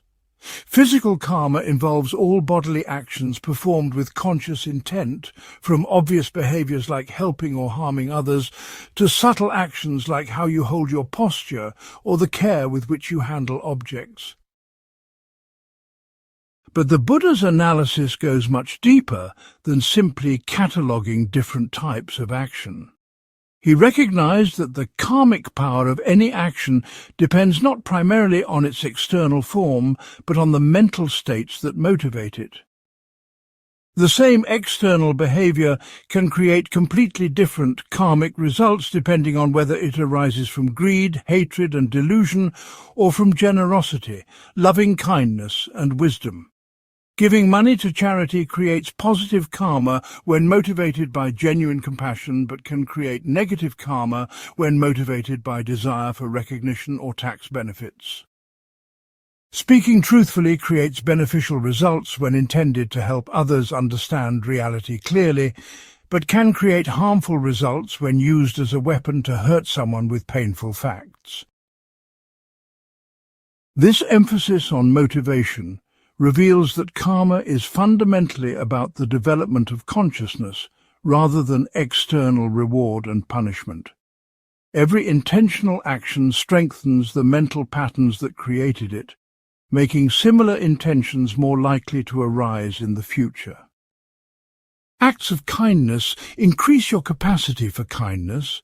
Moments of mindfulness develop the tendency toward mindfulness. Choices made from wisdom reinforce wisdom itself. Conversely, actions motivated by selfishness strengthen selfish tendencies. Choices made from anger increase the likelihood of future anger. Behaviors driven by confusion create more confusion. Gap 1S. Karma is consciousness training itself through its own choices. The Buddha also taught that karmic results can ripen in different time frames depending on various factors, including the intensity of the intention, the nature of the action, and the circumstances under which it was performed. Some karma produces results immediately, within the same lifetime or even the same day. Harsh words spoken in anger often create immediate tension in relationships. Generous actions frequently generate immediate feelings of joy and connection. Dishonest behavior commonly produces immediate anxiety about being discovered. Other karma may not ripen until future lifetimes, remaining dormant in consciousness, like seeds waiting for the right conditions to sprout. The teaching on karma extends beyond individual actions to include the cumulative effect of habitual patterns maintained over time. The Buddha observed that consciousness develops strong tendencies based on which mental states and behaviors are repeatedly reinforced. Someone who habitually responds to challenges with fear develops increasingly fearful patterns of perception and response, while someone who consistently meets difficulties with courage builds confidence and resilience. These psychological tendencies shape not only personal experience, but also the kinds of circumstances and relationships that person will encounter, because like attracts like in the realm of consciousness. This understanding of habitual karma provides a precise method for psychological transformation. Instead of trying to change deeply rooted patterns through willpower alone, You can systematically cultivate their opposites through repeated intentional practice. If you want to develop greater patience, you deliberately practice patience in small situations until it becomes natural in larger ones. If you want to increase compassion, you consciously cultivate compassionate thoughts and actions until compassion becomes your default response to suffering. This approach works with the natural laws of mental development rather than fighting against them. The Buddha's teaching on karma also includes the crucial insight that not all experiences are the result of past karma. He identified several types of suffering that arise from causes other than previous intentional actions: suffering caused by present choices, suffering due to natural physical processes, suffering created by external circumstances beyond personal control, and suffering that results from the basic conditions of embodied existence. This recognition prevents the misuse of karma doctrine to blame people for their circumstances or to justify social inequalities as spiritually appropriate. Karma explains some aspects of experience, but not everything that happens to conscious beings. The relationship between karma and rebirth represents one of the most complex aspects of Buddhist psychology. The Buddha taught that consciousness continues after physical death, carrying with it the karmic formations created through lifetimes of intentional action. These formations influence the conditions of rebirth and the circumstances encountered in future lives. But this teaching must be understood within the context of his analysis of personal identity. What continues is not a solid, unchanging soul, but a stream of conditioned consciousness, shaped by accumulated intentions and habits. Rebirth is more like one candle lighting another than like a person moving from one house to another. Whether or not one accepts the doctrine of literal rebirth, the psychological principles underlying karma remain immediately verifiable through careful observation. Every conscious choice shapes the mind that will make future choices. Every intentional action influences the capacity for future action. Every moment of mental training affects how consciousness will respond to similar situations in the future. These processes operate continuously within each lifetime, regardless of what may or may not happen after death. Understanding them provides practical guidance for spiritual development that does not depend on metaphysical beliefs. The Buddha also taught methods for purifying negative karma and accelerating the development of positive karma. Confession and genuine remorse can help neutralize harmful actions by acknowledging their destructive effects and strengthening the intention to avoid similar choices in the future. Deliberate acts of generosity, kindness, and service can counterbalance selfish tendencies developed through past actions. Meditation and mindfulness practice can interrupt unconscious reactive patterns before they create new negative karma.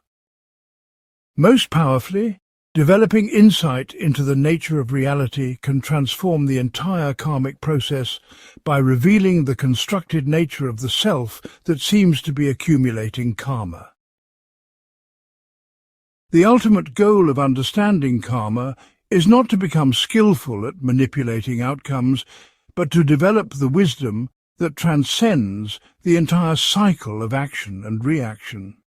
When consciousness recognizes its own constructed nature and the interdependent nature of all phenomena, the compulsive drive to create karma naturally diminishes. Actions continue to occur, but they arise from wisdom and compassion, rather than from the desperate attempt to establish and maintain a separate identity. This represents what might be called transcendent karma, action that serves the liberation of all beings without reinforcing the illusion of a separate actor. The teaching on karma concludes with the recognition that every moment offers a fresh opportunity to shape consciousness through conscious choice. Regardless of what patterns have been established in the past, each moment of awareness provides the possibility of choosing responses that support greater freedom, wisdom, and compassion. This makes the present moment the most important time for spiritual development, because it is the only time when karma is actually being created. The past is gone and cannot be changed, the future depends on present choices, but the present moment is alive with the potential for transformation through conscious intention and skillful action. Part 9. The nature of awareness itself. Consciousness is the most intimate aspect of existence, yet it remains the most mysterious. Every experience you have ever had occurred within consciousness. Every thought you have ever thought arose in awareness. Every sensation, emotion, and perception appeared in the space of conscious knowing. Yet, when you try to examine consciousness directly, it seems to slip away like mercury, impossible to grasp or pin down with ordinary conceptual thinking. The Buddha's investigation into the nature of mind represents perhaps his most subtle and profound contribution to human understanding, revealing consciousness to be both the source of all suffering and the key to complete liberation. The Buddha's analysis of consciousness begins with a careful distinction between consciousness itself and its contents. Ordinary awareness is usually so absorbed in what it is conscious of that it never examines the knowing quality itself. You are aware of thoughts, but rarely aware of the awareness in which thoughts arise. You experience emotions, but seldom notice the experiencing itself. You perceive sights and sounds, but hardly ever observe the perceiving that makes perception possible. This constant outward focus creates the illusion that consciousness is produced by its contents, rather than recognizing that contents arise within consciousness. The Buddha identified 6 types of consciousness corresponding to the 6 sense doors: eye consciousness, ear consciousness, nose consciousness, tongue consciousness, body consciousness, and mind consciousness. Each type of consciousness arises when its corresponding sense organ encounters an appropriate object in the presence of attention. Eye consciousness occurs when the visual organ meets color and form while attention is present. Ear consciousness arises when the auditory system encounters sound waves while awareness is active, and so forth. Mind consciousness, the 6th type, arises when the mental sense organ encounters thoughts, memories, emotions, and other mental phenomena while attention is directed inward. But this analysis of consciousness goes much deeper than simply cataloguing different types of sensory awareness. The Buddha recognized that consciousness itself has no inherent characteristics apart from the pure capacity to know or be aware. Unlike its contents, which are constantly changing and have specific qualities like color, texture, temperature, or emotional tone, consciousness itself is like clear space that allows all phenomena to appear without being changed by any of them. A mirror can reflect anything, but the reflective capacity itself is not altered by what it reflects. Similarly, consciousness can be aware of any experience, but the aware quality itself remains untouched by the specific content of awareness. This insight into the nature of consciousness reveals why identification with mental and emotional contents creates suffering. When consciousness mistakes itself for its contents, it becomes subject to all the changes, conflicts, and limitations of those contents. Gap 1s. If you identify with your thoughts, you suffer when disturbing thoughts arise because they seem to threaten who you are. If you identify with your emotions, you become trapped in their ups and downs because your sense of well-being depends on having the right emotional states. If you identify with your roles and achievements, you become vulnerable to any threats to those external identities because they seem to endanger your very existence. The Buddha's investigation revealed that this identification process is both unnecessary and based on a fundamental misunderstanding. Consciousness does not need to identify with anything to maintain its essential nature as aware presence. Thoughts can arise and pass away without consciousness being diminished. Emotions can flow through awareness without affecting its basic stability. Sensations can appear and disappear without changing the capacity to experience them. Recognizing this natural freedom of consciousness from its contents is one of the most liberating insights available to human understanding. The practice of investigating consciousness typically begins with learning to observe the contents of awareness without being absorbed by them. This involves developing what might be called metacognition, the ability to be aware of being aware.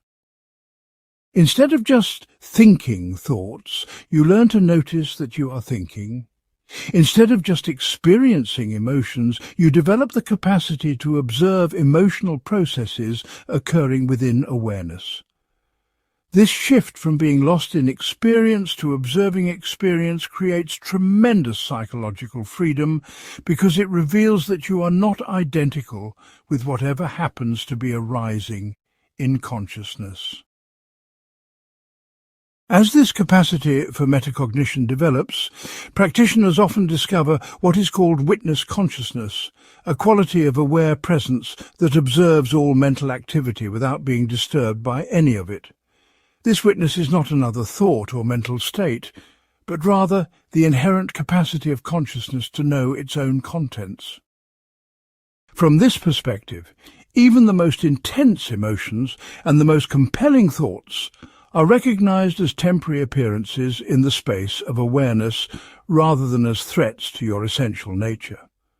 This discovery can provide profound relief from psychological suffering because it reveals a dimension of your being that is naturally peaceful and unassailable.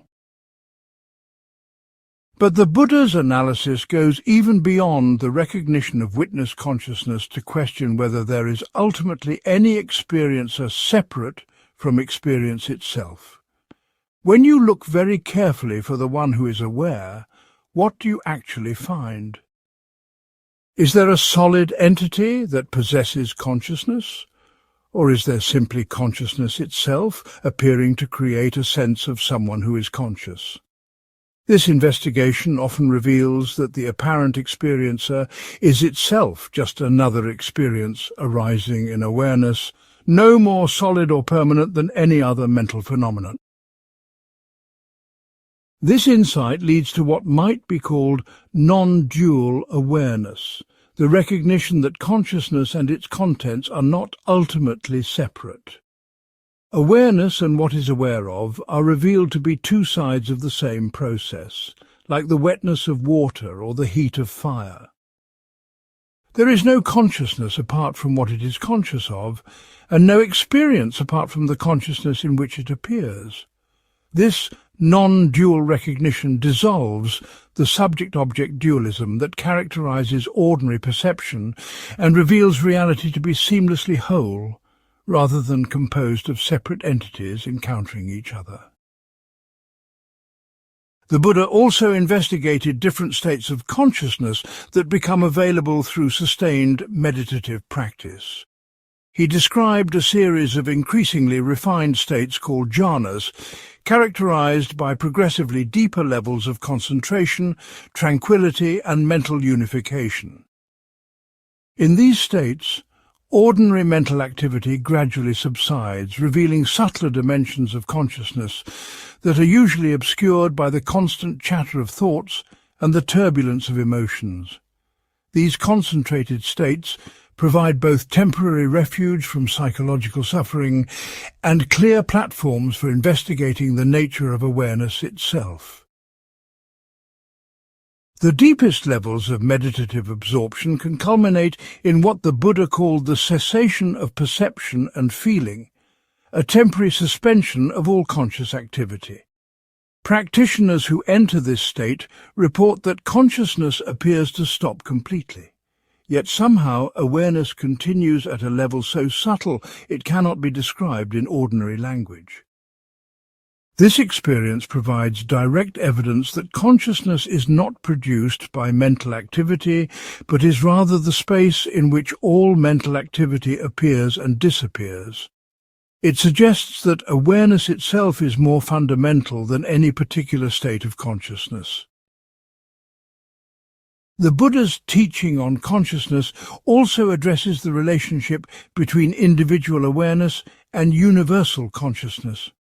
While maintaining that each being has its own stream of consciousness shaped by unique karmic formations, he also suggested that at the deepest level, all consciousness shares the same essential nature.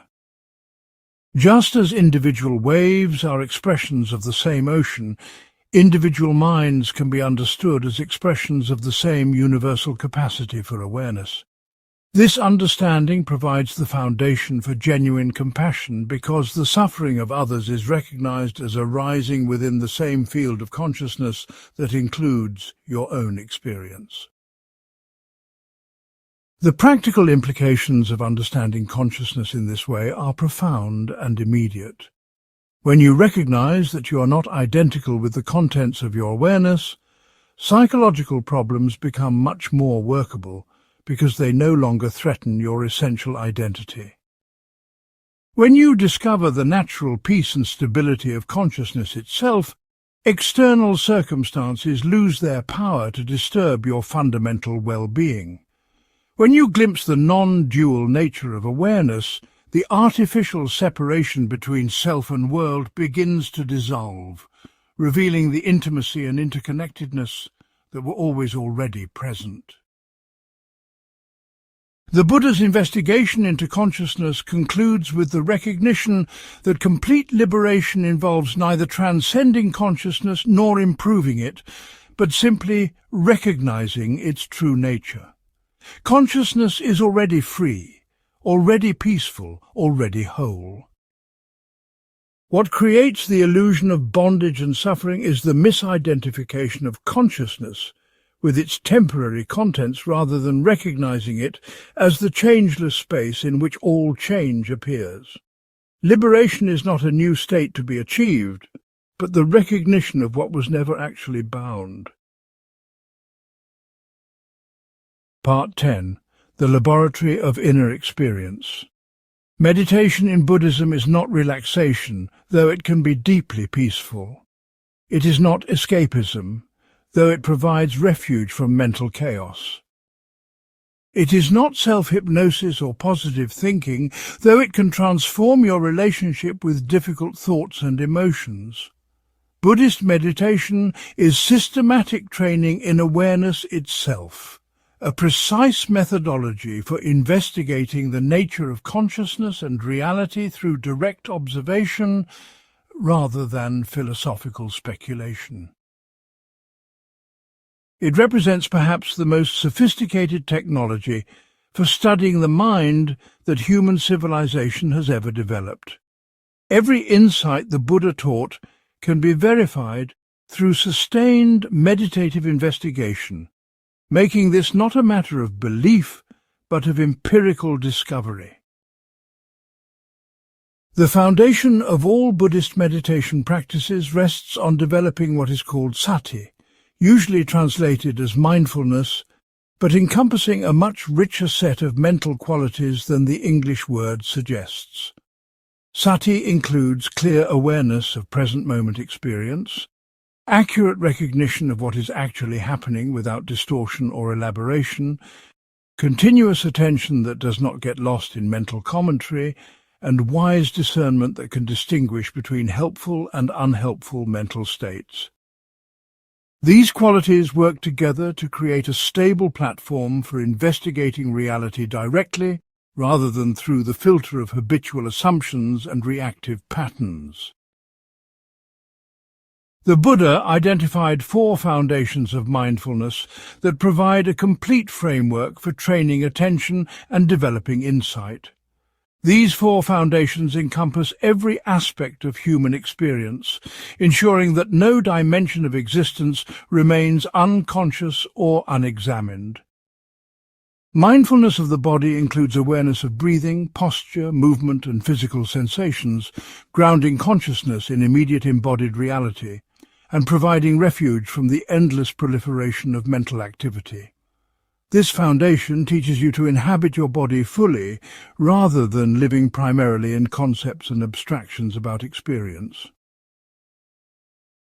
The practice of mindfulness of breathing deserves special attention because it serves as the cornerstone of most Buddhist meditation systems. The breath provides an ideal object for developing concentration because it is always available, naturally rhythmic, intimately connected to both body and mind, and neutral enough not to trigger strong emotional reactions. But mindfulness of breathing goes far beyond simply counting breaths or using breathing as a relaxation technique. It involves developing such precise awareness of the breathing process that you can observe the subtle qualities of each inhalation and exhalation, the natural pauses between breaths, the way breathing changes in response to mental states, and eventually the arising and passing away of each moment of breath awareness itself. As mindfulness of breathing develops, practitioners typically discover that what seemed like a simple process is actually composed of countless subtle phenomena.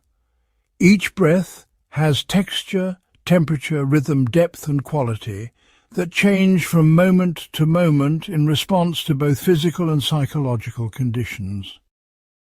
The space between breaths reveals itself to be alive with awareness rather than empty of experience. The relationship between breathing and thinking becomes apparent as you notice how mental activity affects breath patterns and how conscious breathing influences the quality of thoughts and emotions. This discovery of subtlety and interdependence in something as ordinary as breathing provides direct training in perceiving the profound within the mundane. Mindfulness of feelings, the second foundation, involves developing sensitivity to the immediate feeling tone that accompanies every moment of conscious experience. Before you recognize what you're experiencing and before you develop stories about what it means, there is a split second of pure feeling tone, either pleasant, unpleasant, or neutral. This feeling tone arises automatically and is not yet problematic, but it immediately triggers habitual patterns of craving and resistance that create psychological suffering. Learning to observe feeling tone directly, before reactive patterns take over, provides the key to interrupting the cycle of craving that the Buddha identified as the root of all suffering. The practice of observing feeling tone requires extraordinary precision and patience because these phenomena are subtle and brief. Pleasant feeling tone might last only a few seconds before being overlaid with grasping and the fear of losing the pleasant experience. Unpleasant feeling tone quickly becomes obscured by resistance and stories about why this experience should not be happening. Neutral feeling tone is often missed entirely because the mind immediately goes looking for something more interesting or stimulating. Developing the ability to catch these feeling tones before they trigger reactive patterns is like learning to observe the spark before it ignites the fire. Mindfulness of mind, the third foundation, involves stepping back from the contents of consciousness to observe the processes of consciousness itself. Instead of being lost in particular thoughts or emotions, you develop the capacity to recognize different mental states as they arise and pass away. You learn to observe anger without becoming angry, to notice fear without being afraid, to watch desire without being driven by it. This creates what psychologists now call cognitive diffusion, the ability to observe mental phenomena without being automatically controlled by them. This aspect of mindfulness practice reveals that most psychological suffering comes not from having difficult thoughts and emotions, but from believing that you are identical with whatever happens to be arising in consciousness. When you can observe anxiety as a temporary visitor in awareness rather than something that defines who you are, the anxiety may still be uncomfortable, but it no longer threatens your fundamental sense of identity and well-being. When you can watch angry thoughts arise and dissolve like clouds in the sky of awareness, the anger loses much of its compulsive power because you are no longer identified with it.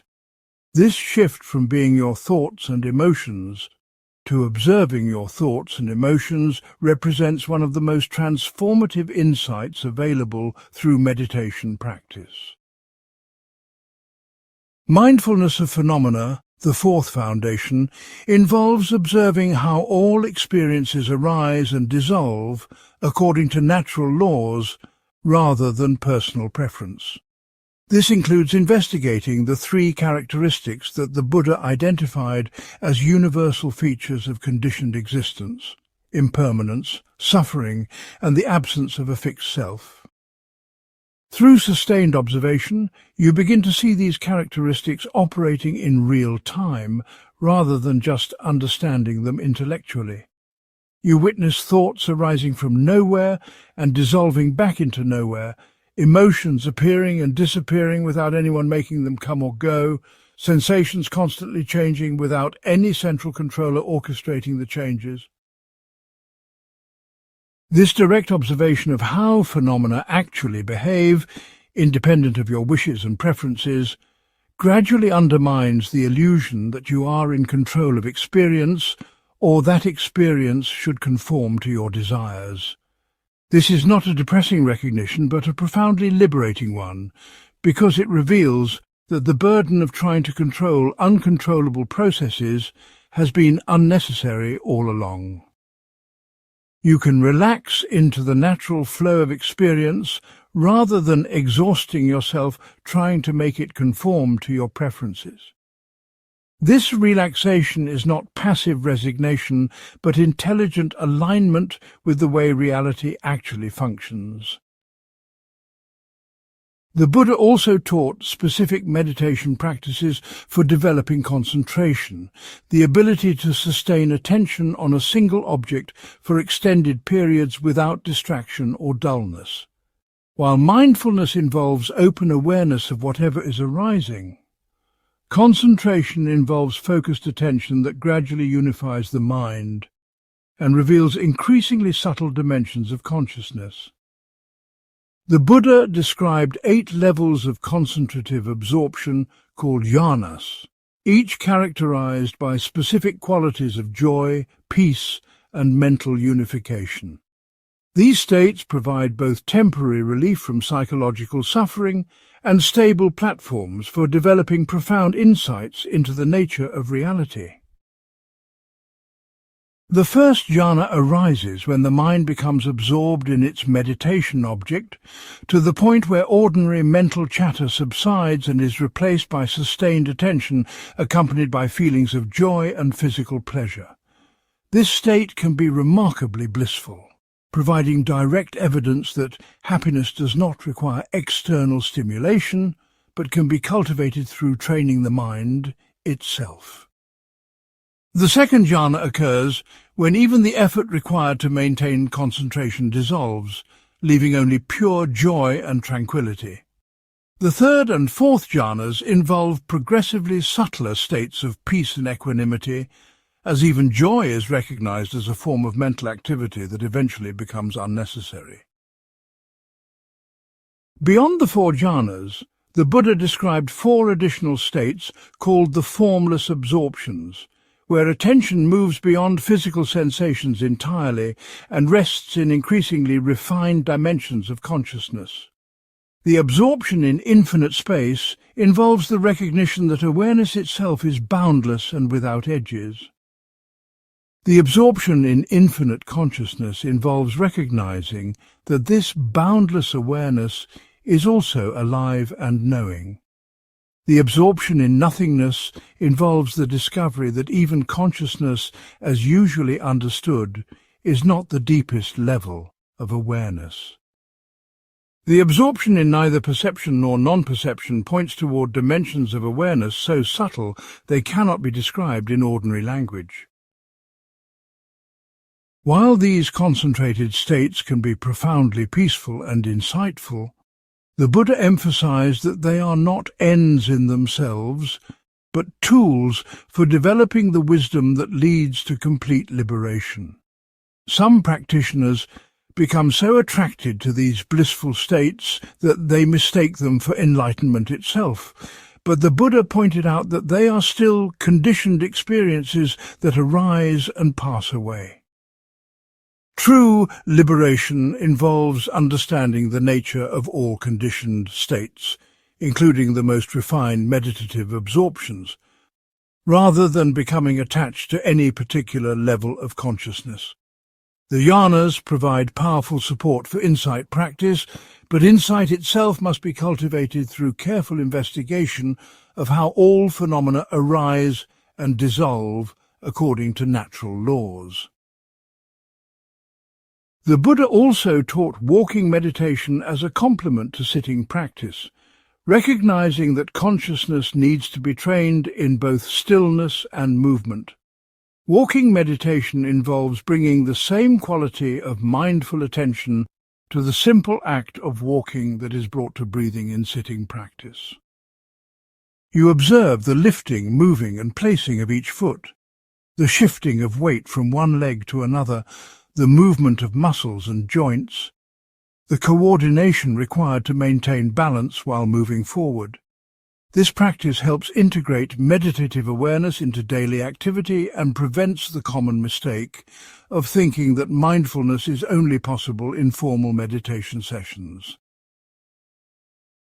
The integration of meditation practice with daily life represents one of the most important aspects of Buddhist training.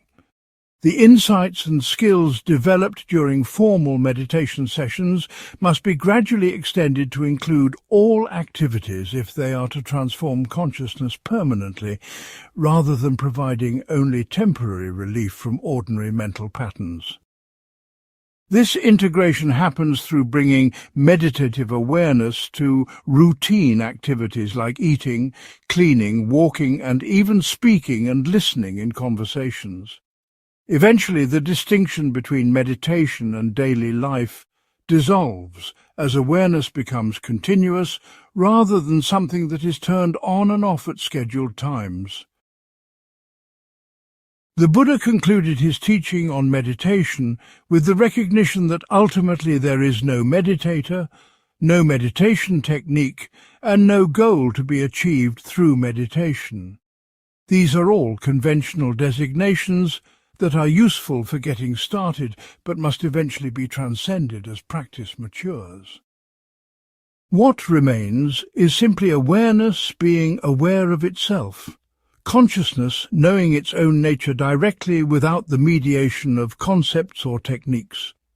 This represents the fruition of meditation practice, not the achievement of some special state, but the recognition of what was always already present, beneath the layer of mental construction and seeking.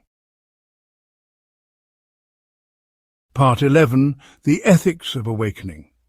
Buddhist ethics emerge not from divine commandments or social conventions, but from clear seeing into the nature of reality and the consequences of different types of action. When you understand how deeply interconnected all existence is, harming others becomes as self-defeating as harming yourself. When you recognize the constructed nature of the ego that seems to benefit from selfish behavior, the motivation for such behavior naturally diminishes. When you see directly how much suffering comes from acting out of greed, hatred, and delusion, the cultivation of generosity, love, and wisdom becomes not a moral obligation, but an expression of sanity. The foundation of Buddhist ethics rests on what the Buddha called the three roots of wholesome action: non-greed, non-hatred, and non-delusion. These are not merely the absence of negative qualities, but positive mental states with their own characteristics and benefits. Non-greed manifests as generosity, contentment, and the ability to appreciate what is present rather than constantly seeking more.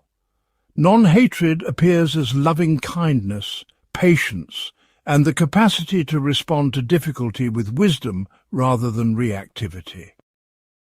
Non-delusion expresses itself as clarity, understanding, and the ability to see situations as they actually are, rather than through the distortions of wishful thinking or fear.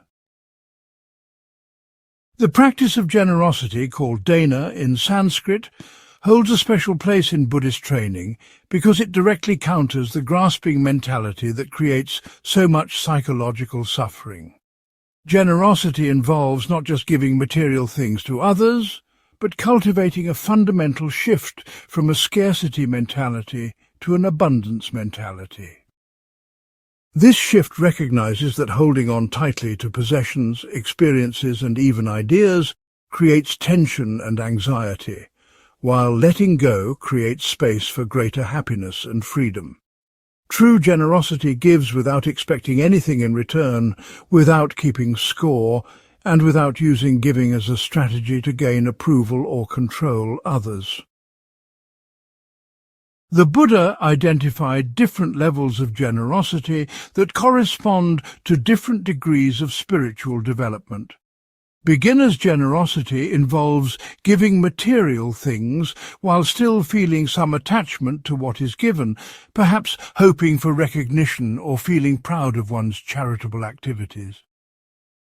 Intermediate generosity gives more freely, but still maintains some sense of a generous person doing good deeds for deserving recipients. Advanced generosity transcends the dualistic framework of giver, gift and recipient entirely, recognizing that the apparent boundaries between self and other are constructions that limit the natural flow of caring and support. The cultivation of loving kindness, called metta, represents another cornerstone of Buddhist ethical practice. But loving kindness, as taught by the Buddha, is not sentimental emotion or forced friendliness, but a specific mental training that systematically removes the barriers that separate you from other beings.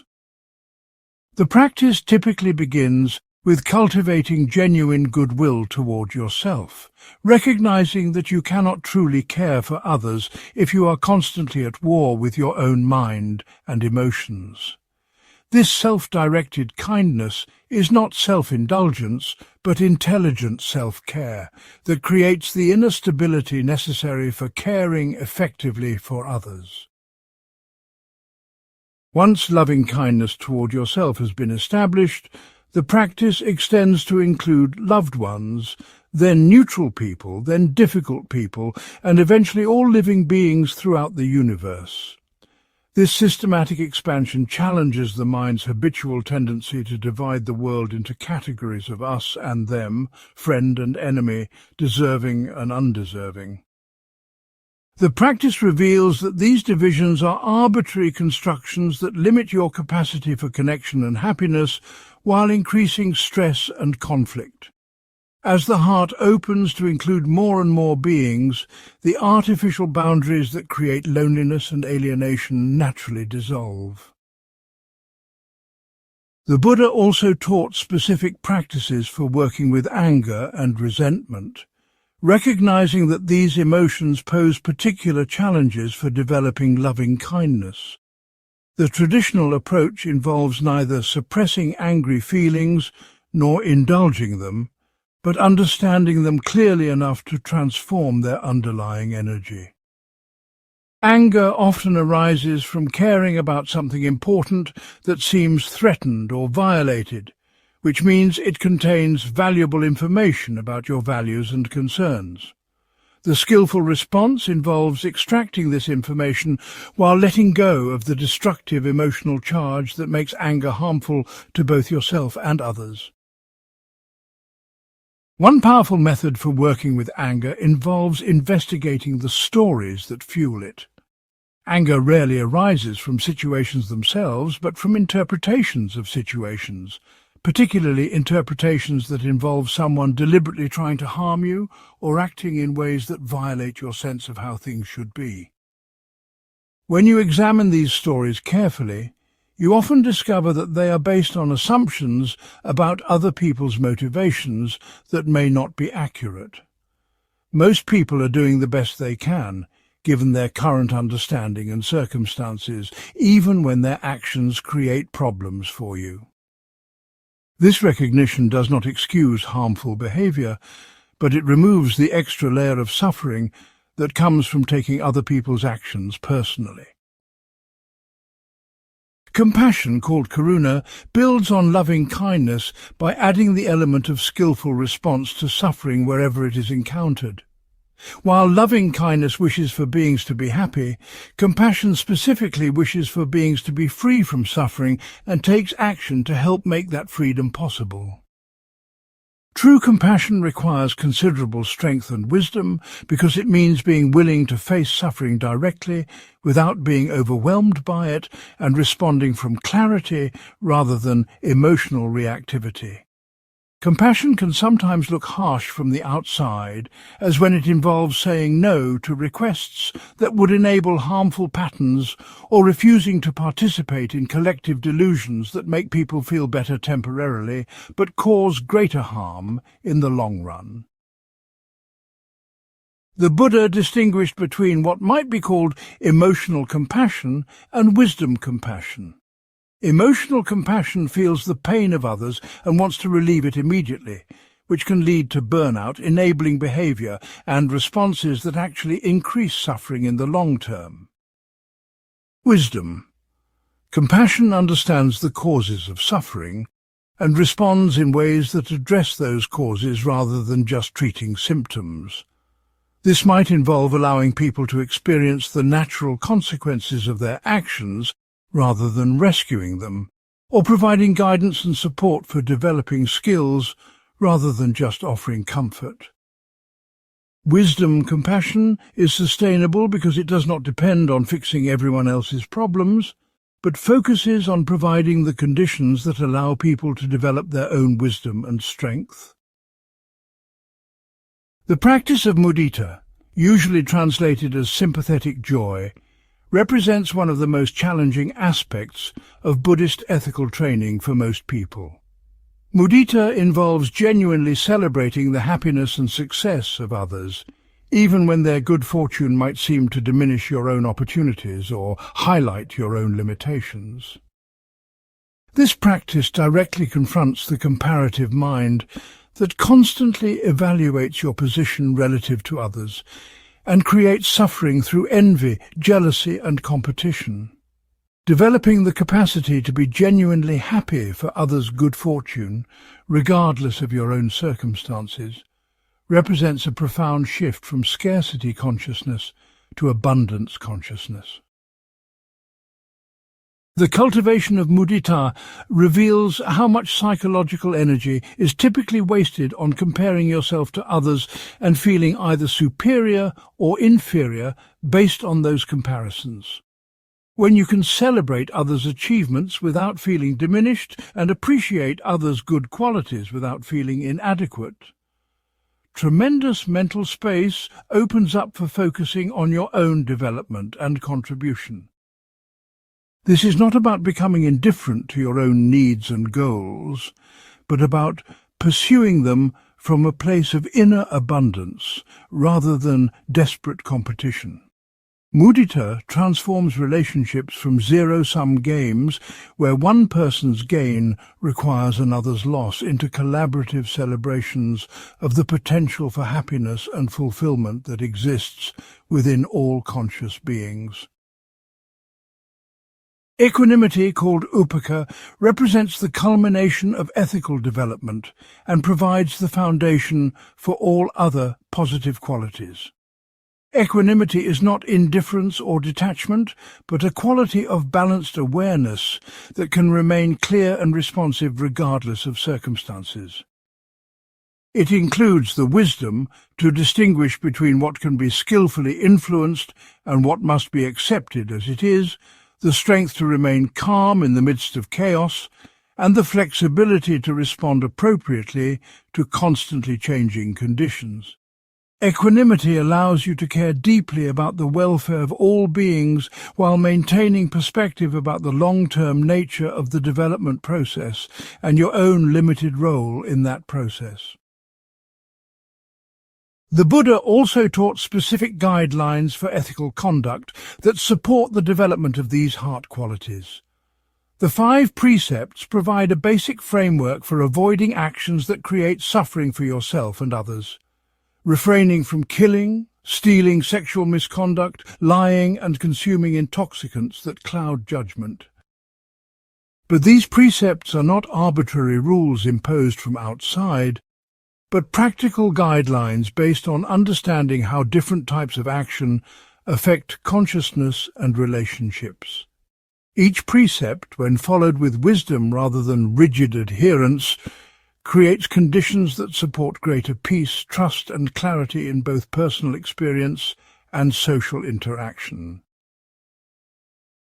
The precept against killing extends beyond obvious violence to include all forms of causing unnecessary harm to living beings. This includes being mindful of how your lifestyle choices affect other creatures, how your words might wound others psychologically, and how your mental attitudes might contribute to a culture of aggression and insensitivity. The positive aspect of this precept involves actively cultivating respect for life in all its forms and looking for ways to contribute to the flourishing of other beings rather than just avoiding harm. This might manifest as choosing foods and products that minimize environmental damage, speaking in ways that uplift rather than diminish others, and maintaining mental attitudes that support life rather than destruction. Buddhist ethics conclude with the recognition that genuine morality cannot be separated from wisdom and mental training. Ethical behavior that is maintained through willpower alone tends to be rigid, judgmental, and ultimately unsustainable when conditions become challenging. Ethics that arise from understanding the interconnected nature of existence and the consequences of different types of action become natural expressions of wisdom rather than imposed constraints on natural impulses. This transformation of motivation makes ethical living not a burden to be carried, but a source of joy and fulfillment that enhances rather than restricts authentic self-expression. Part 12. The Flowering of Understanding. The Buddha recognized that different people require different approaches to awakening based on their temperaments, life circumstances, and psychological development. This recognition led to the emergence of various schools and traditions within Buddhism, each emphasizing particular aspects of the complete teaching while maintaining the core insights into suffering, its causes, and the path to liberation. Rather than representing contradictions or corruptions of the original message, these different approaches reflect the richness and adaptability of the Buddha's essential discoveries about human consciousness and the nature of reality. Understanding these various streams of practice can help you identify the methods most suited to your own development while appreciating the wisdom embedded in approaches that might seem foreign to your temperament. The Theravada tradition, meaning the teaching of the elders, emphasizes individual liberation through systematic training in ethics, concentration, and wisdom.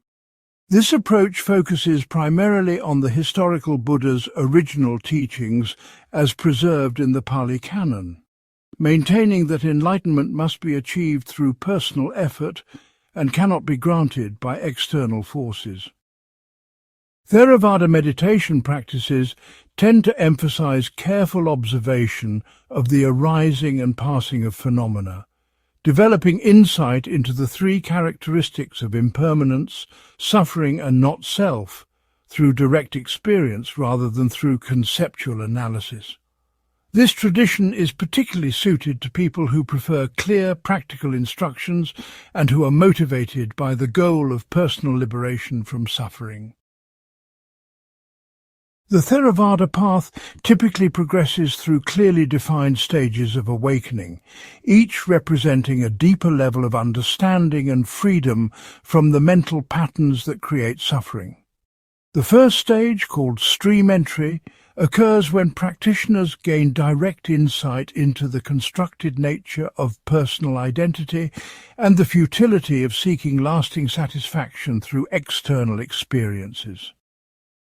Stream enterers have not eliminated all suffering from their experience, but they have seen through the fundamental delusions that perpetuate suffering, making further progress inevitable even if it takes many lifetimes to complete.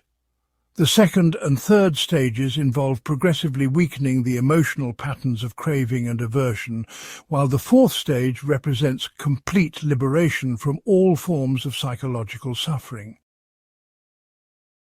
The Mahayana tradition, meaning the Great Vehicle, emphasizes the liberation of all beings rather than just personal awakening, based on the recognition that individual freedom and universal freedom are ultimately inseparable.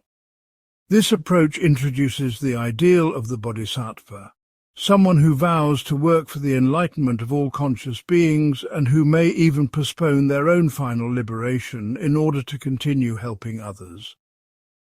Mahayana philosophy developed sophisticated analyses of emptiness, the recognition that all phenomena lack inherent existence and arise only in dependence upon causes, conditions, and conceptual designation.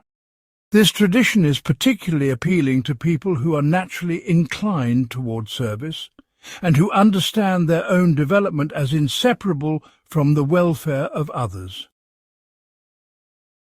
The Mahayana understanding of emptiness goes beyond the Theravada analysis of not-self to include all phenomena, not just personal identity.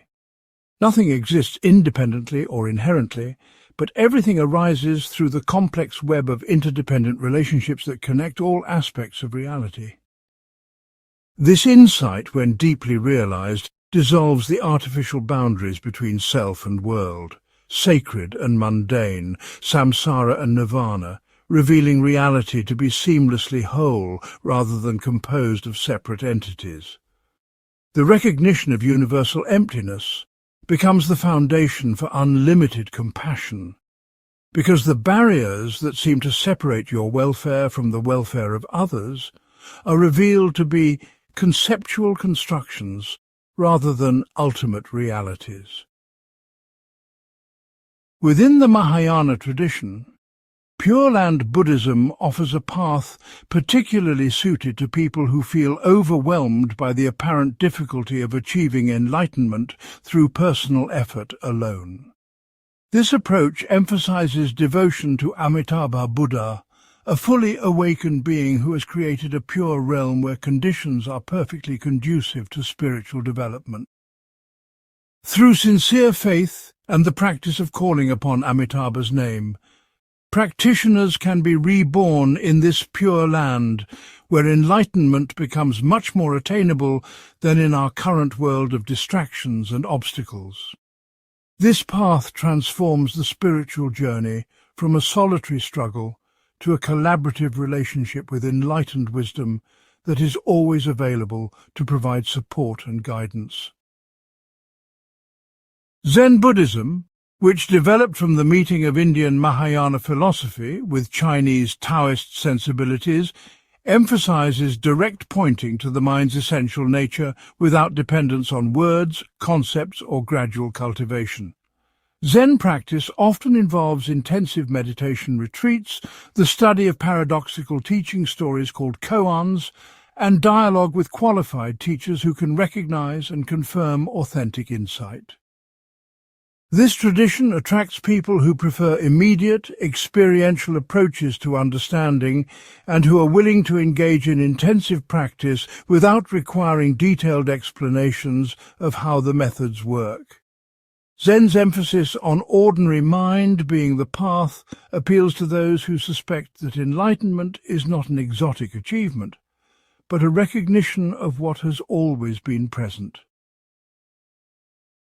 The use of koans in Zen training deserves special attention because it represents a unique method for transcending conceptual thinking and accessing direct insight.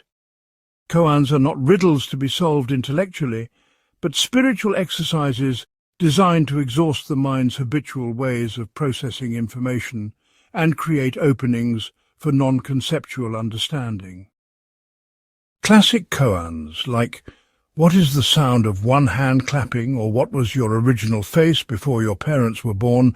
cannot be answered through logical analysis, but require a shift to a completely different mode of knowing.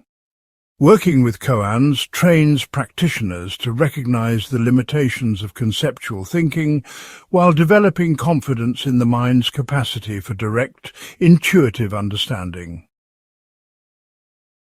Tibetan Buddhism preserved and developed the most comprehensive collection of Buddhist teachings and practices, integrating elements from all previous traditions while adding sophisticated psychological methods derived from Indian tantric traditions.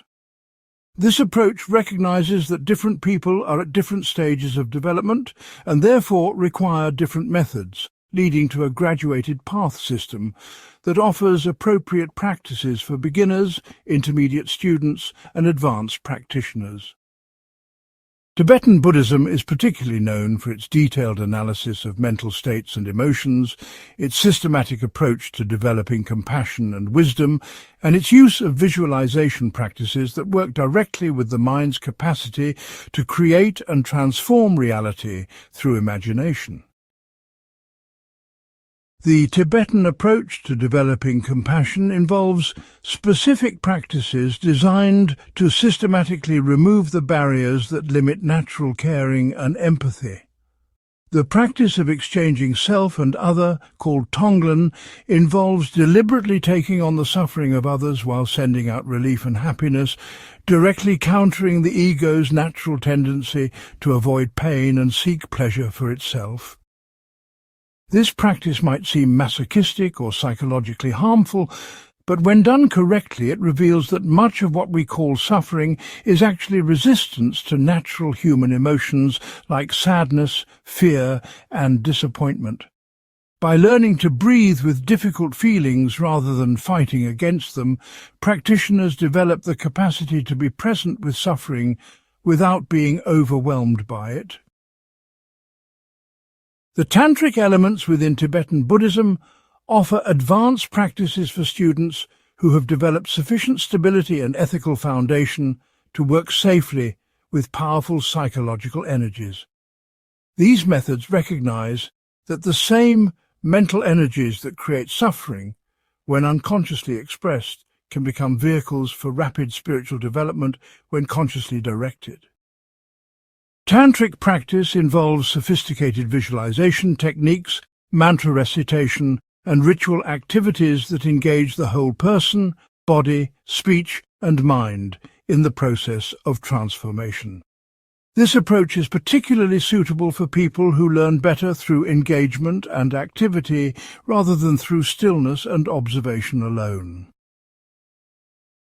Modern Western adaptations of Buddhist practice have focused primarily on meditation techniques and psychological insights, while generally de-emphasizing elements like rebirth, devotional practices, and elaborate philosophical systems. This adaptation has made Buddhist methods accessible to people who might not be attracted to traditional Asian religious forms while preserving the essential practices that directly address psychological suffering. Mindfulness-based stress reduction, acceptance and commitment therapy, and other therapeutic approaches demonstrate that Buddhist insights can be effectively separated from their original cultural contexts without losing their transformative power. This development suggests that the Buddha's discoveries about consciousness and suffering represent universal principles rather than culturally specific beliefs. The diversity of Buddhist traditions demonstrates that there is no single correct way to apply the Buddha's teachings, but rather many skillful approaches that can be adapted to different personalities, cultures, and historical circumstances. What remains consistent across all authentic Buddhist schools is the recognition that suffering arises from misunderstanding the nature of reality, and that this misunderstanding can be corrected through systematic training in awareness, ethics, and wisdom. The particular methods used to develop this understanding may vary dramatically, but the underlying insights into impermanence, interdependence, and the constructed nature of personal identity remain constant. This flexibility ensures that Buddhist wisdom can continue to evolve and adapt to new circumstances while maintaining its essential effectiveness for alleviating human suffering. Part 13. The Stages of Liberation.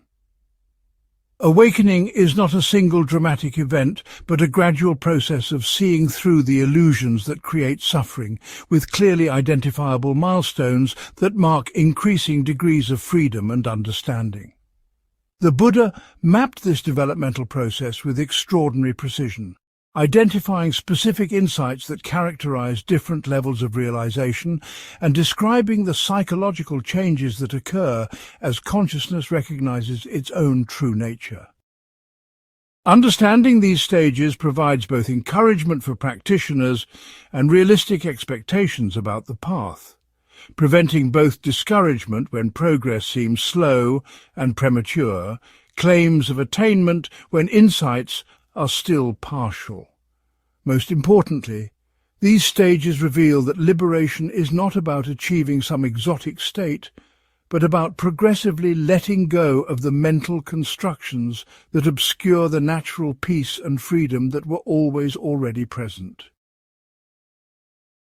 The first significant milestone on the path to liberation is called stream entry, the moment when consciousness gains direct, unshakable insight into several fundamental truths about existence.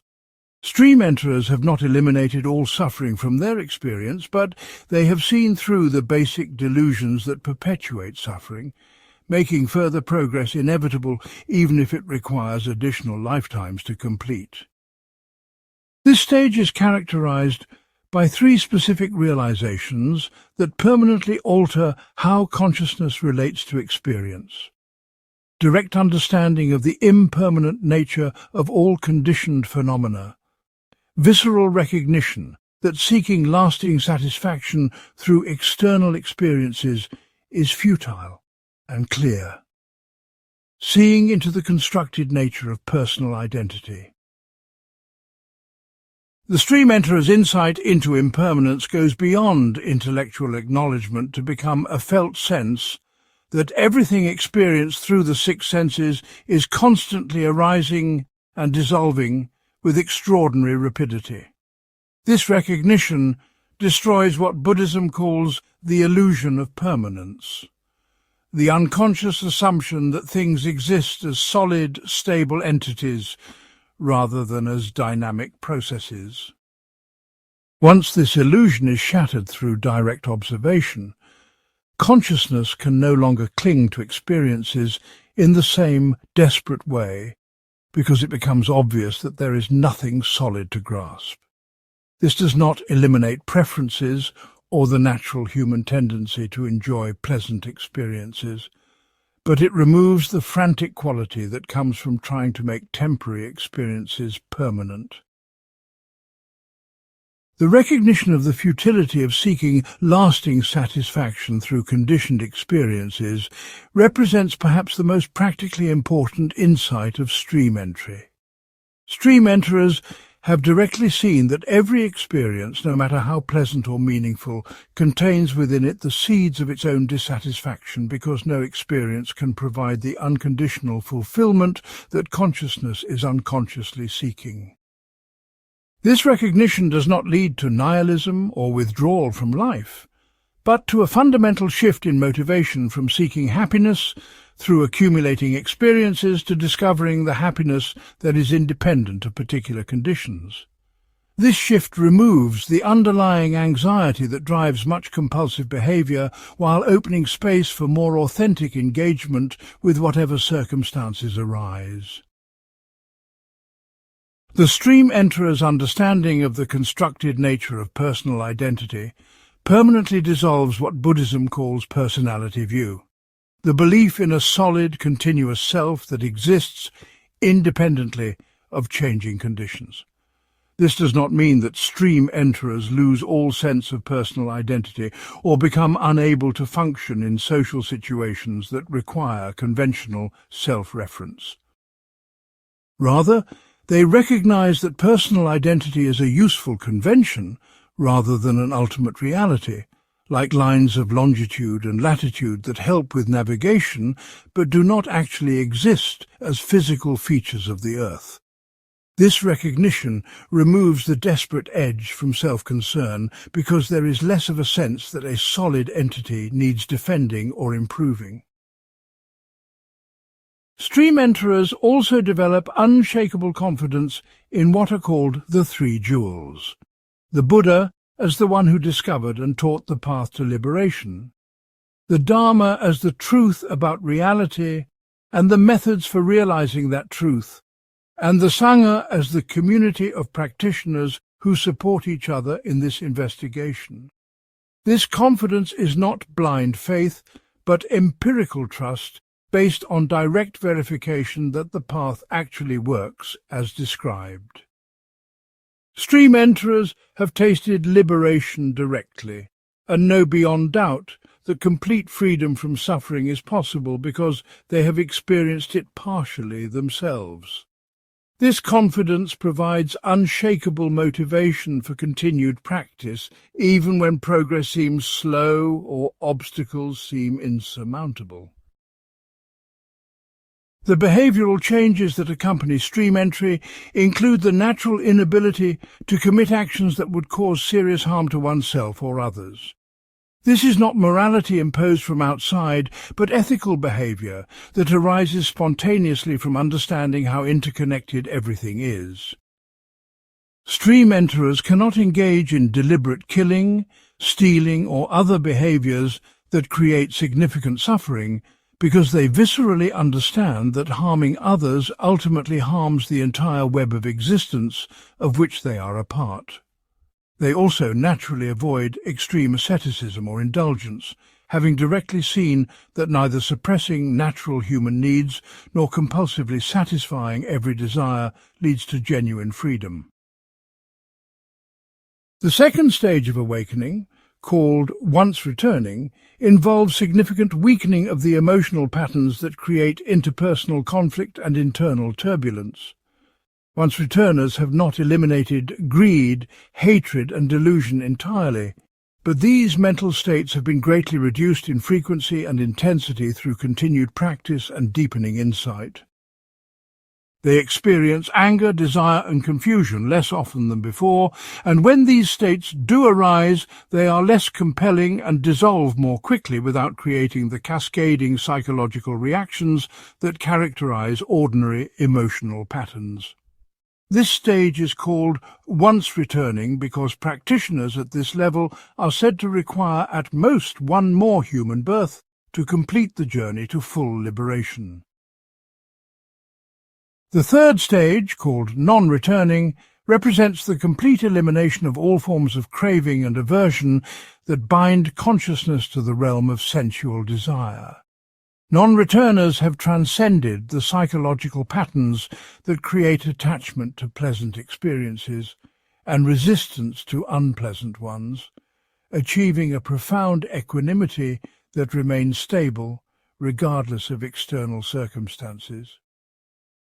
They no longer experience the restless seeking that characterizes ordinary consciousness because they have discovered a fulfillment that does not depend on particular conditions being present or absent.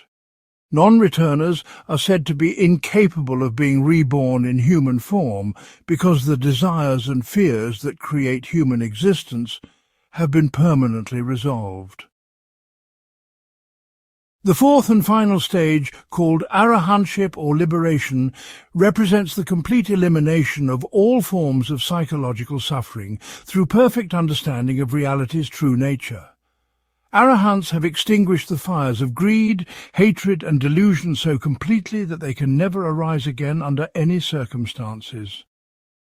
This is not a state of emotional numbness, but of perfect responsiveness, where actions arise spontaneously from wisdom and compassion without being filtered through the distortions of self-concern. Arahants have fulfilled the Buddha's promise that suffering can end completely, demonstrating through their own realization that human consciousness has unlimited potential for freedom and peace. The psychological characteristics of full liberation include several qualities that distinguish arahants from practitioners at earlier stages of development. They experience what is called the unshakable deliverance of mind, a peace so profound that it cannot be disturbed by any external circumstances or internal mental states. They possess perfect confidence in their own understanding, not from arrogance, but from having investigated reality so thoroughly that all doubts about the nature of existence have been permanently resolved. They demonstrate spontaneous ethical behavior that never requires conscious deliberation because all motivations arise from wisdom rather than from conflicting desires and fears. Arahants also develop what are called the divine abodes, unlimited loving-kindness, compassion, empathetic joy and equanimity that extend to all beings without exception or condition. These are not emotions in the ordinary sense, but stable qualities of consciousness that arise naturally when the barriers created by self-concern have been completely dissolved. The love of an arahant does not depend on others being lovable. Their compassion is not diminished by others' resistance to help.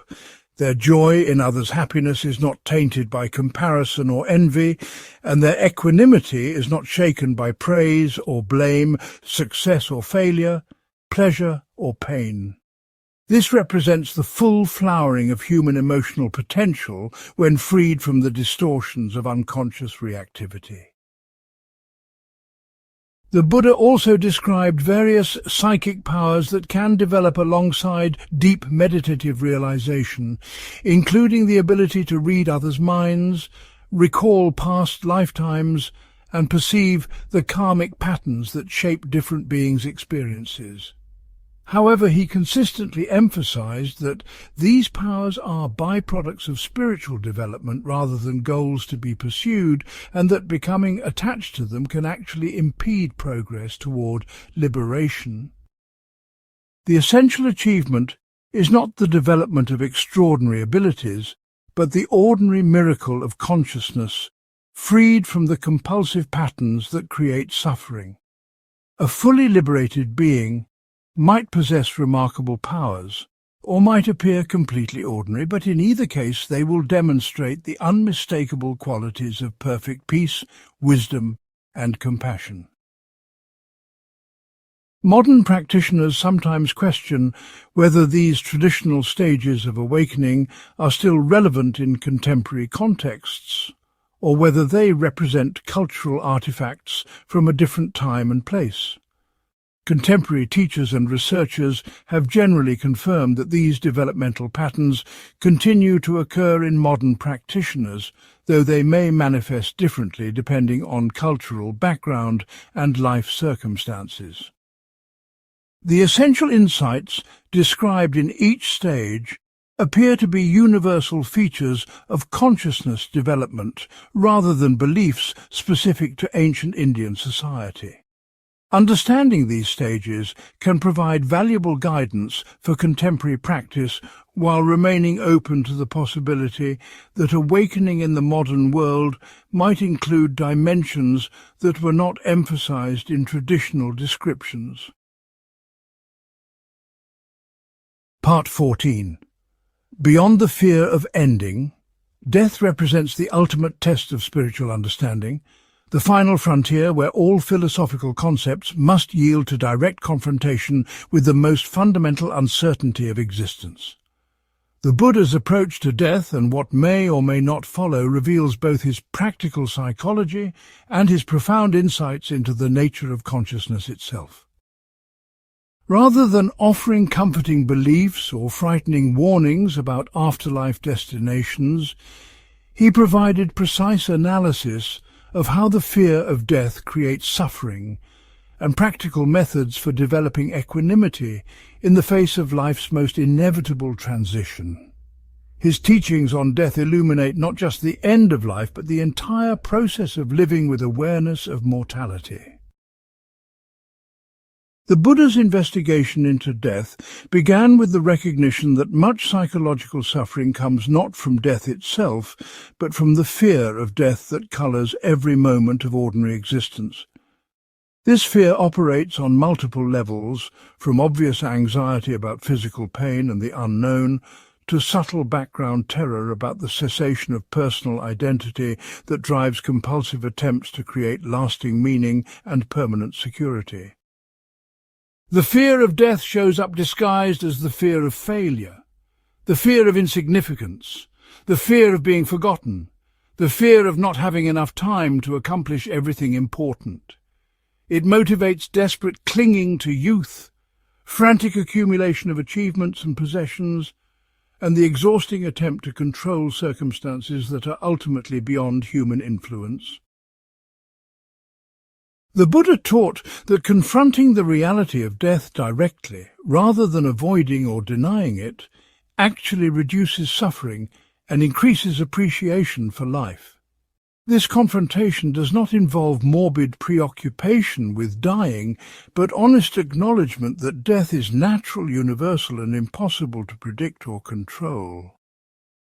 Meditation on death traditionally includes reflecting on the certainty that you will die, the uncertainty of when death will occur, the fact that nothing can help you at the moment of death except your own spiritual development, and the recognition that the time available for meaningful development is constantly decreasing. These contemplations are not meant to create depression, but to generate spiritual urgency and appreciation for the precious opportunity that conscious existence represents. The practice of observing the death process directly, through witnessing the dying of others, or through meditation on the dissolution of the body's systems, reveals death to be a natural process rather than a catastrophic failure. Traditional Buddhist texts describe the stages through which consciousness withdraws from the body during death, beginning with the failure of the grosser physical functions and proceeding through increasingly subtle levels of mental activity until only the most fundamental awareness remains.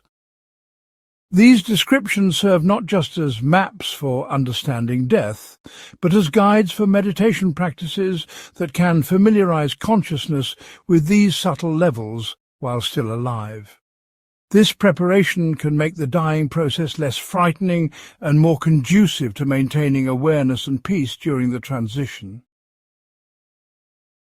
The Buddha's teaching on what happens after death reflects his characteristic precision and refusal to speculate beyond what can be known through direct investigation.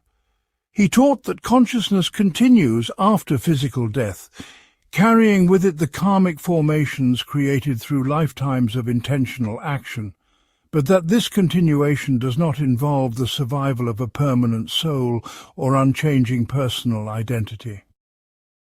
Death is more like one moment of consciousness giving rise to the next moment of consciousness than like a person moving from one location to another.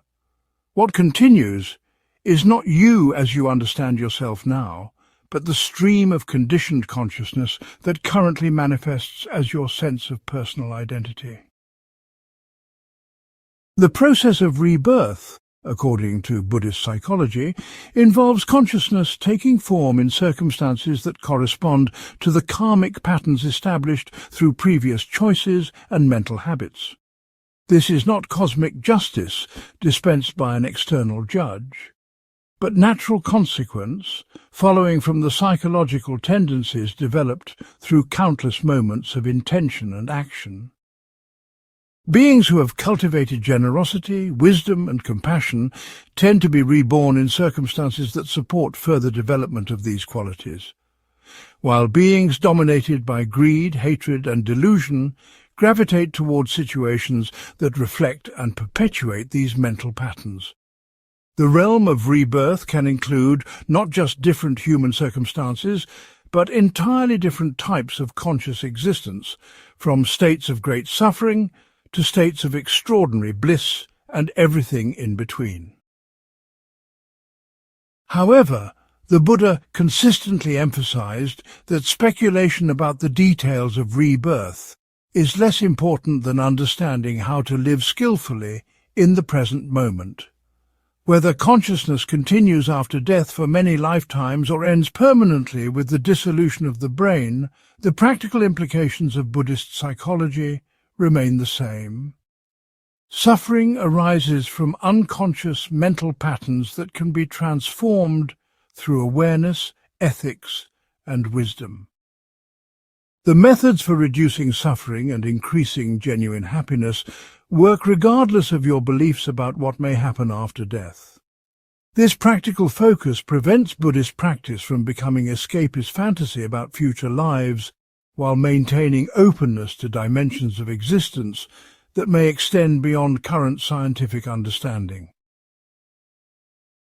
For practitioners who do accept the possibility of rebirth, the Buddha taught specific methods for preparing consciousness to navigate the death and rebirth process with greater awareness and choice.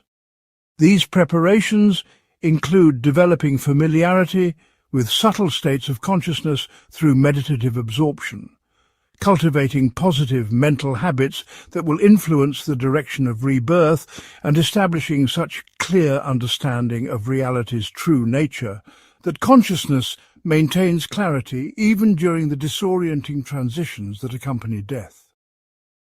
Advanced practitioners may develop the ability to choose their circumstances of rebirth consciously, returning to forms of existence where they can continue serving the liberation of all beings most effectively. This represents the fulfillment of the Bodhisattva ideal, where personal liberation becomes the foundation for unlimited compassion rather than an escape from the sufferings of existence. The Buddha also taught that the fear of death diminishes naturally as understanding deepens, not through believing comforting stories about afterlife destinations, but through recognizing what death can and cannot actually threaten. Death can end the current configuration of body and personality, but it cannot touch the essential nature of awareness itself, which never comes or goes, but simply allows all changing experiences to appear and disappear within it. Death cannot destroy the positive karma created through beneficial actions, which will continue to influence future experiences regardless of the form those experiences may take. Most importantly, death cannot undo the liberation achieved through seeing reality clearly, because this freedom never depended on maintaining particular physical or mental conditions in the first place. The process of aging provides continuous opportunities to practice working skillfully with impermanence and letting go, serving as a gradual preparation for the final letting go that death represents. Each stage of life involves releasing previous identities, capabilities, and relationships that can no longer be maintained, offering direct training in the art of graceful surrender to natural change. Those who learn to age with wisdom discover that letting go can be liberating rather than tragic, creating space for new forms of appreciation and engagement that were not possible while clinging to earlier phases of life. This same wisdom makes dying easier because death becomes not a loss of everything meaningful, but the final release in a lifelong series of beneficial surrenders to the natural flow of change. Buddhist funeral and mourning practices reflect this understanding by emphasizing celebration of the deceased person's positive actions and continued influence rather than focusing exclusively on grief and loss.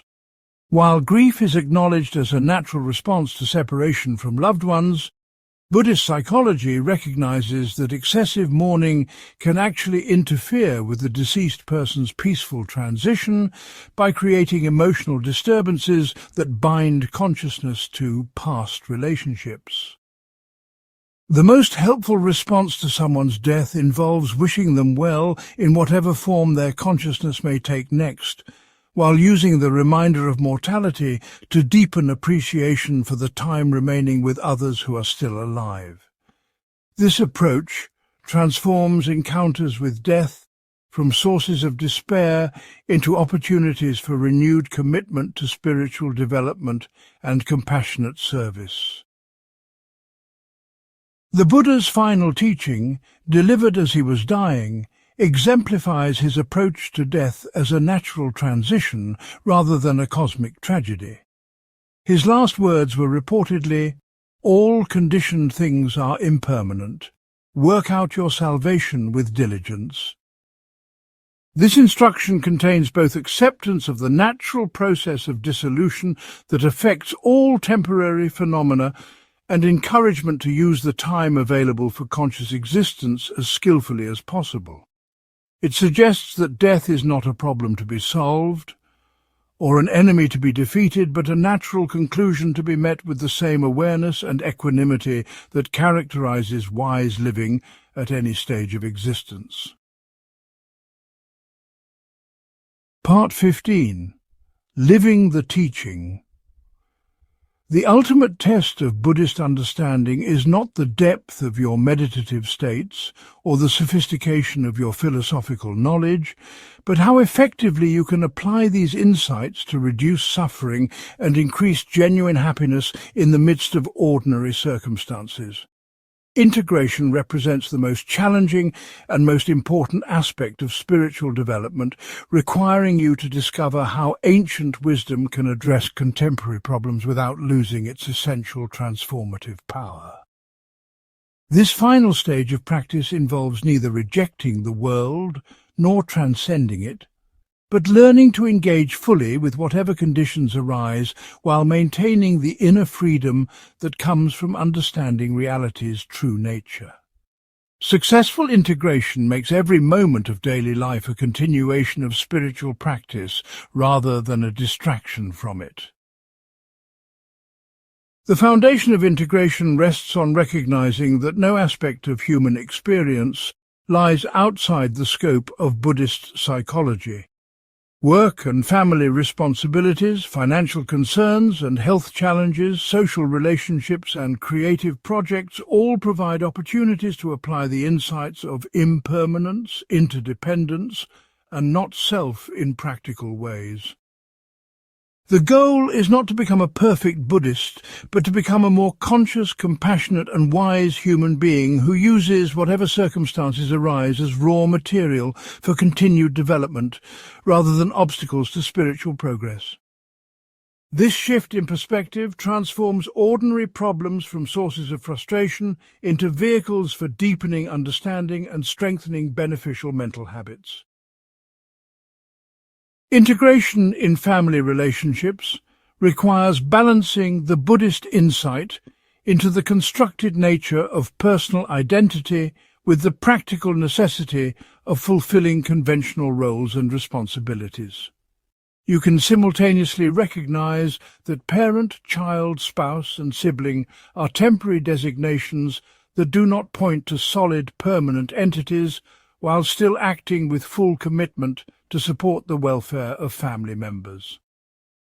This dual awareness often improves family relationships rather than undermining them because it reduces the emotional reactivity that comes from taking family dynamics too personally, while increasing genuine care that is not contaminated by possessiveness or control.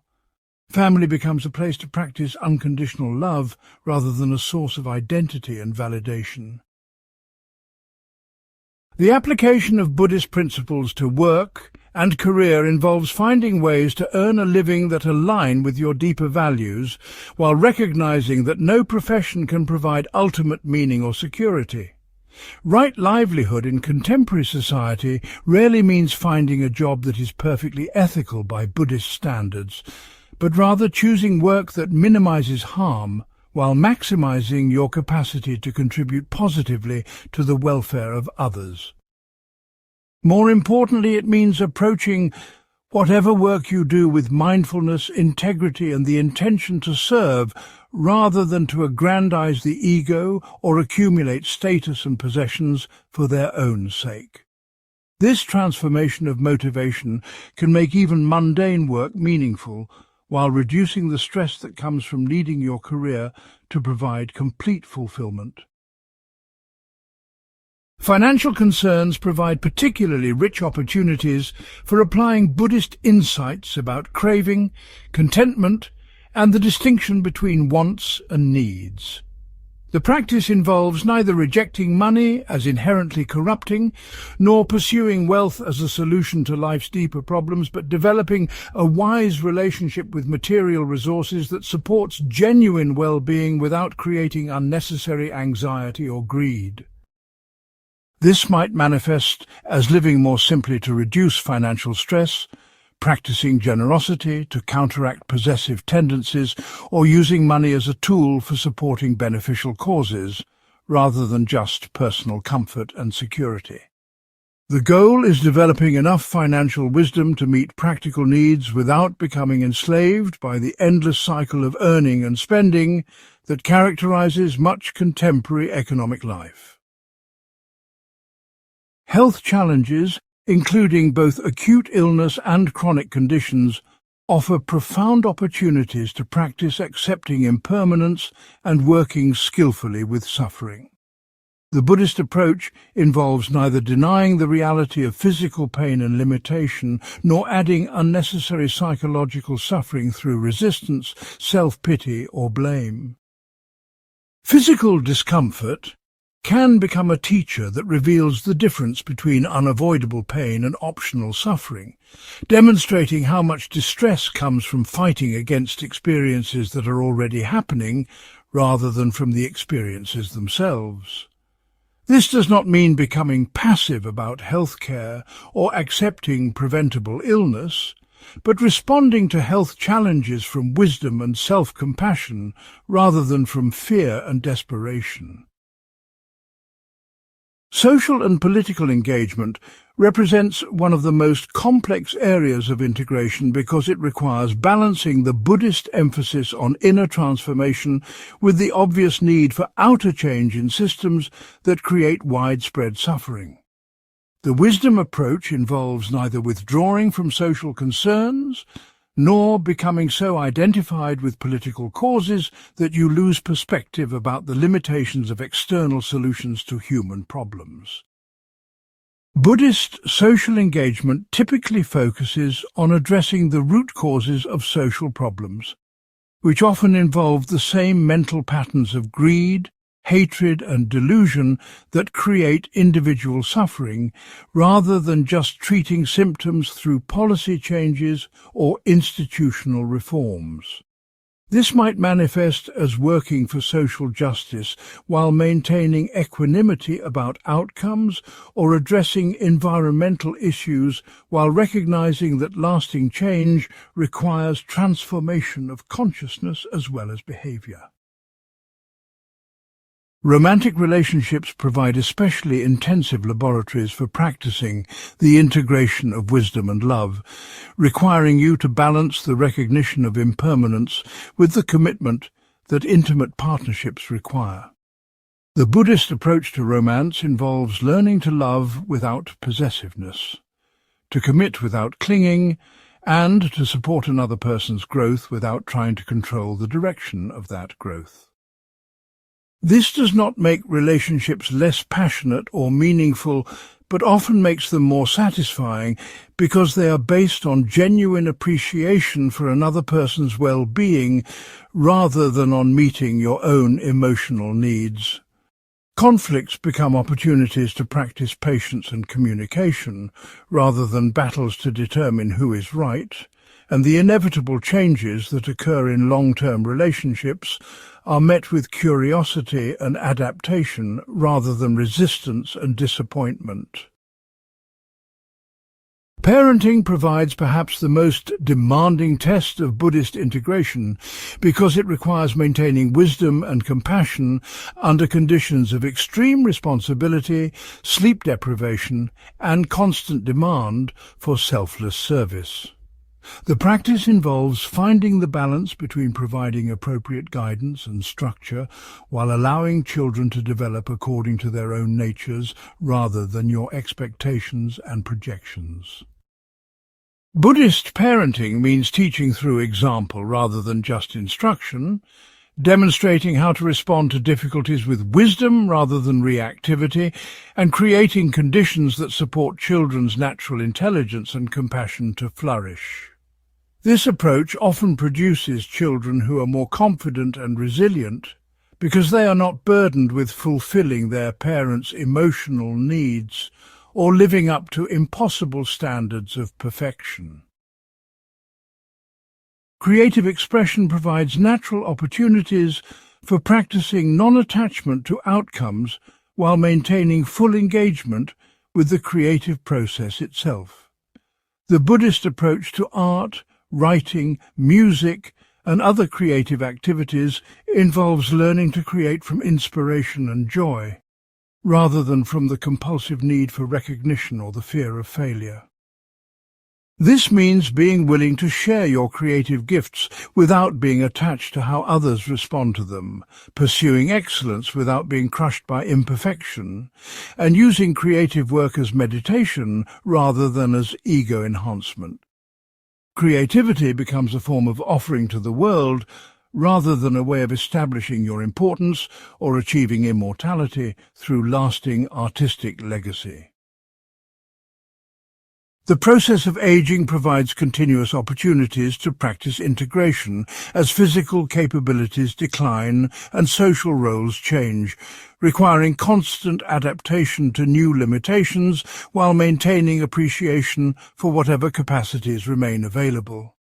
The Buddhist approach to aging involves neither denying the reality of decline nor being defeated by it, but finding new forms of contribution and engagement that match your current abilities and circumstances. This might involve shifting from active service to wisdom sharing, from physical activities to contemplative practices, or from external achievements to inner development.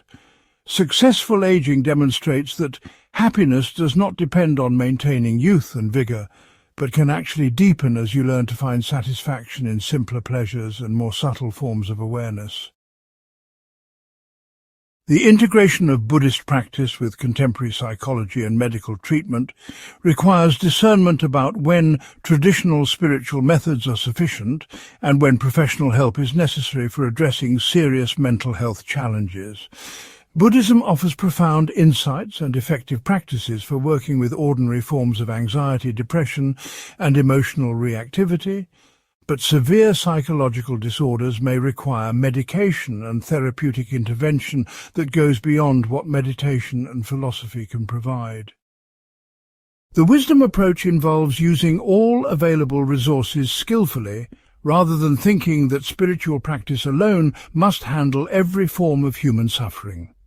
This integration can actually enhance both Buddhist practice and conventional treatment by providing a broader context for understanding mental health challenges and more tools for addressing them effectively. The ultimate goal of integration is not to become a perfect practitioner, but to develop the flexibility and wisdom to respond appropriately to whatever circumstances arise without losing connection to the inner peace and freedom that spiritual practice has revealed. This means being equally comfortable in meditation retreat and family celebration, able to engage fully in worldly activities while maintaining perspective about their ultimate significance, capable of caring deeply about outcomes while accepting whatever results actually occur. Successful integration creates a life that is both fully human and deeply spiritual, demonstrating that awakening does not require leaving the world behind, but brings greater wisdom, compassion, and joy to every aspect of human experience. This represents the fulfillment of the Buddha's vision, not escape from suffering, but the transformation of suffering into wisdom, not withdrawal from life, but deeper engagement with life's infinite possibilities for learning and service.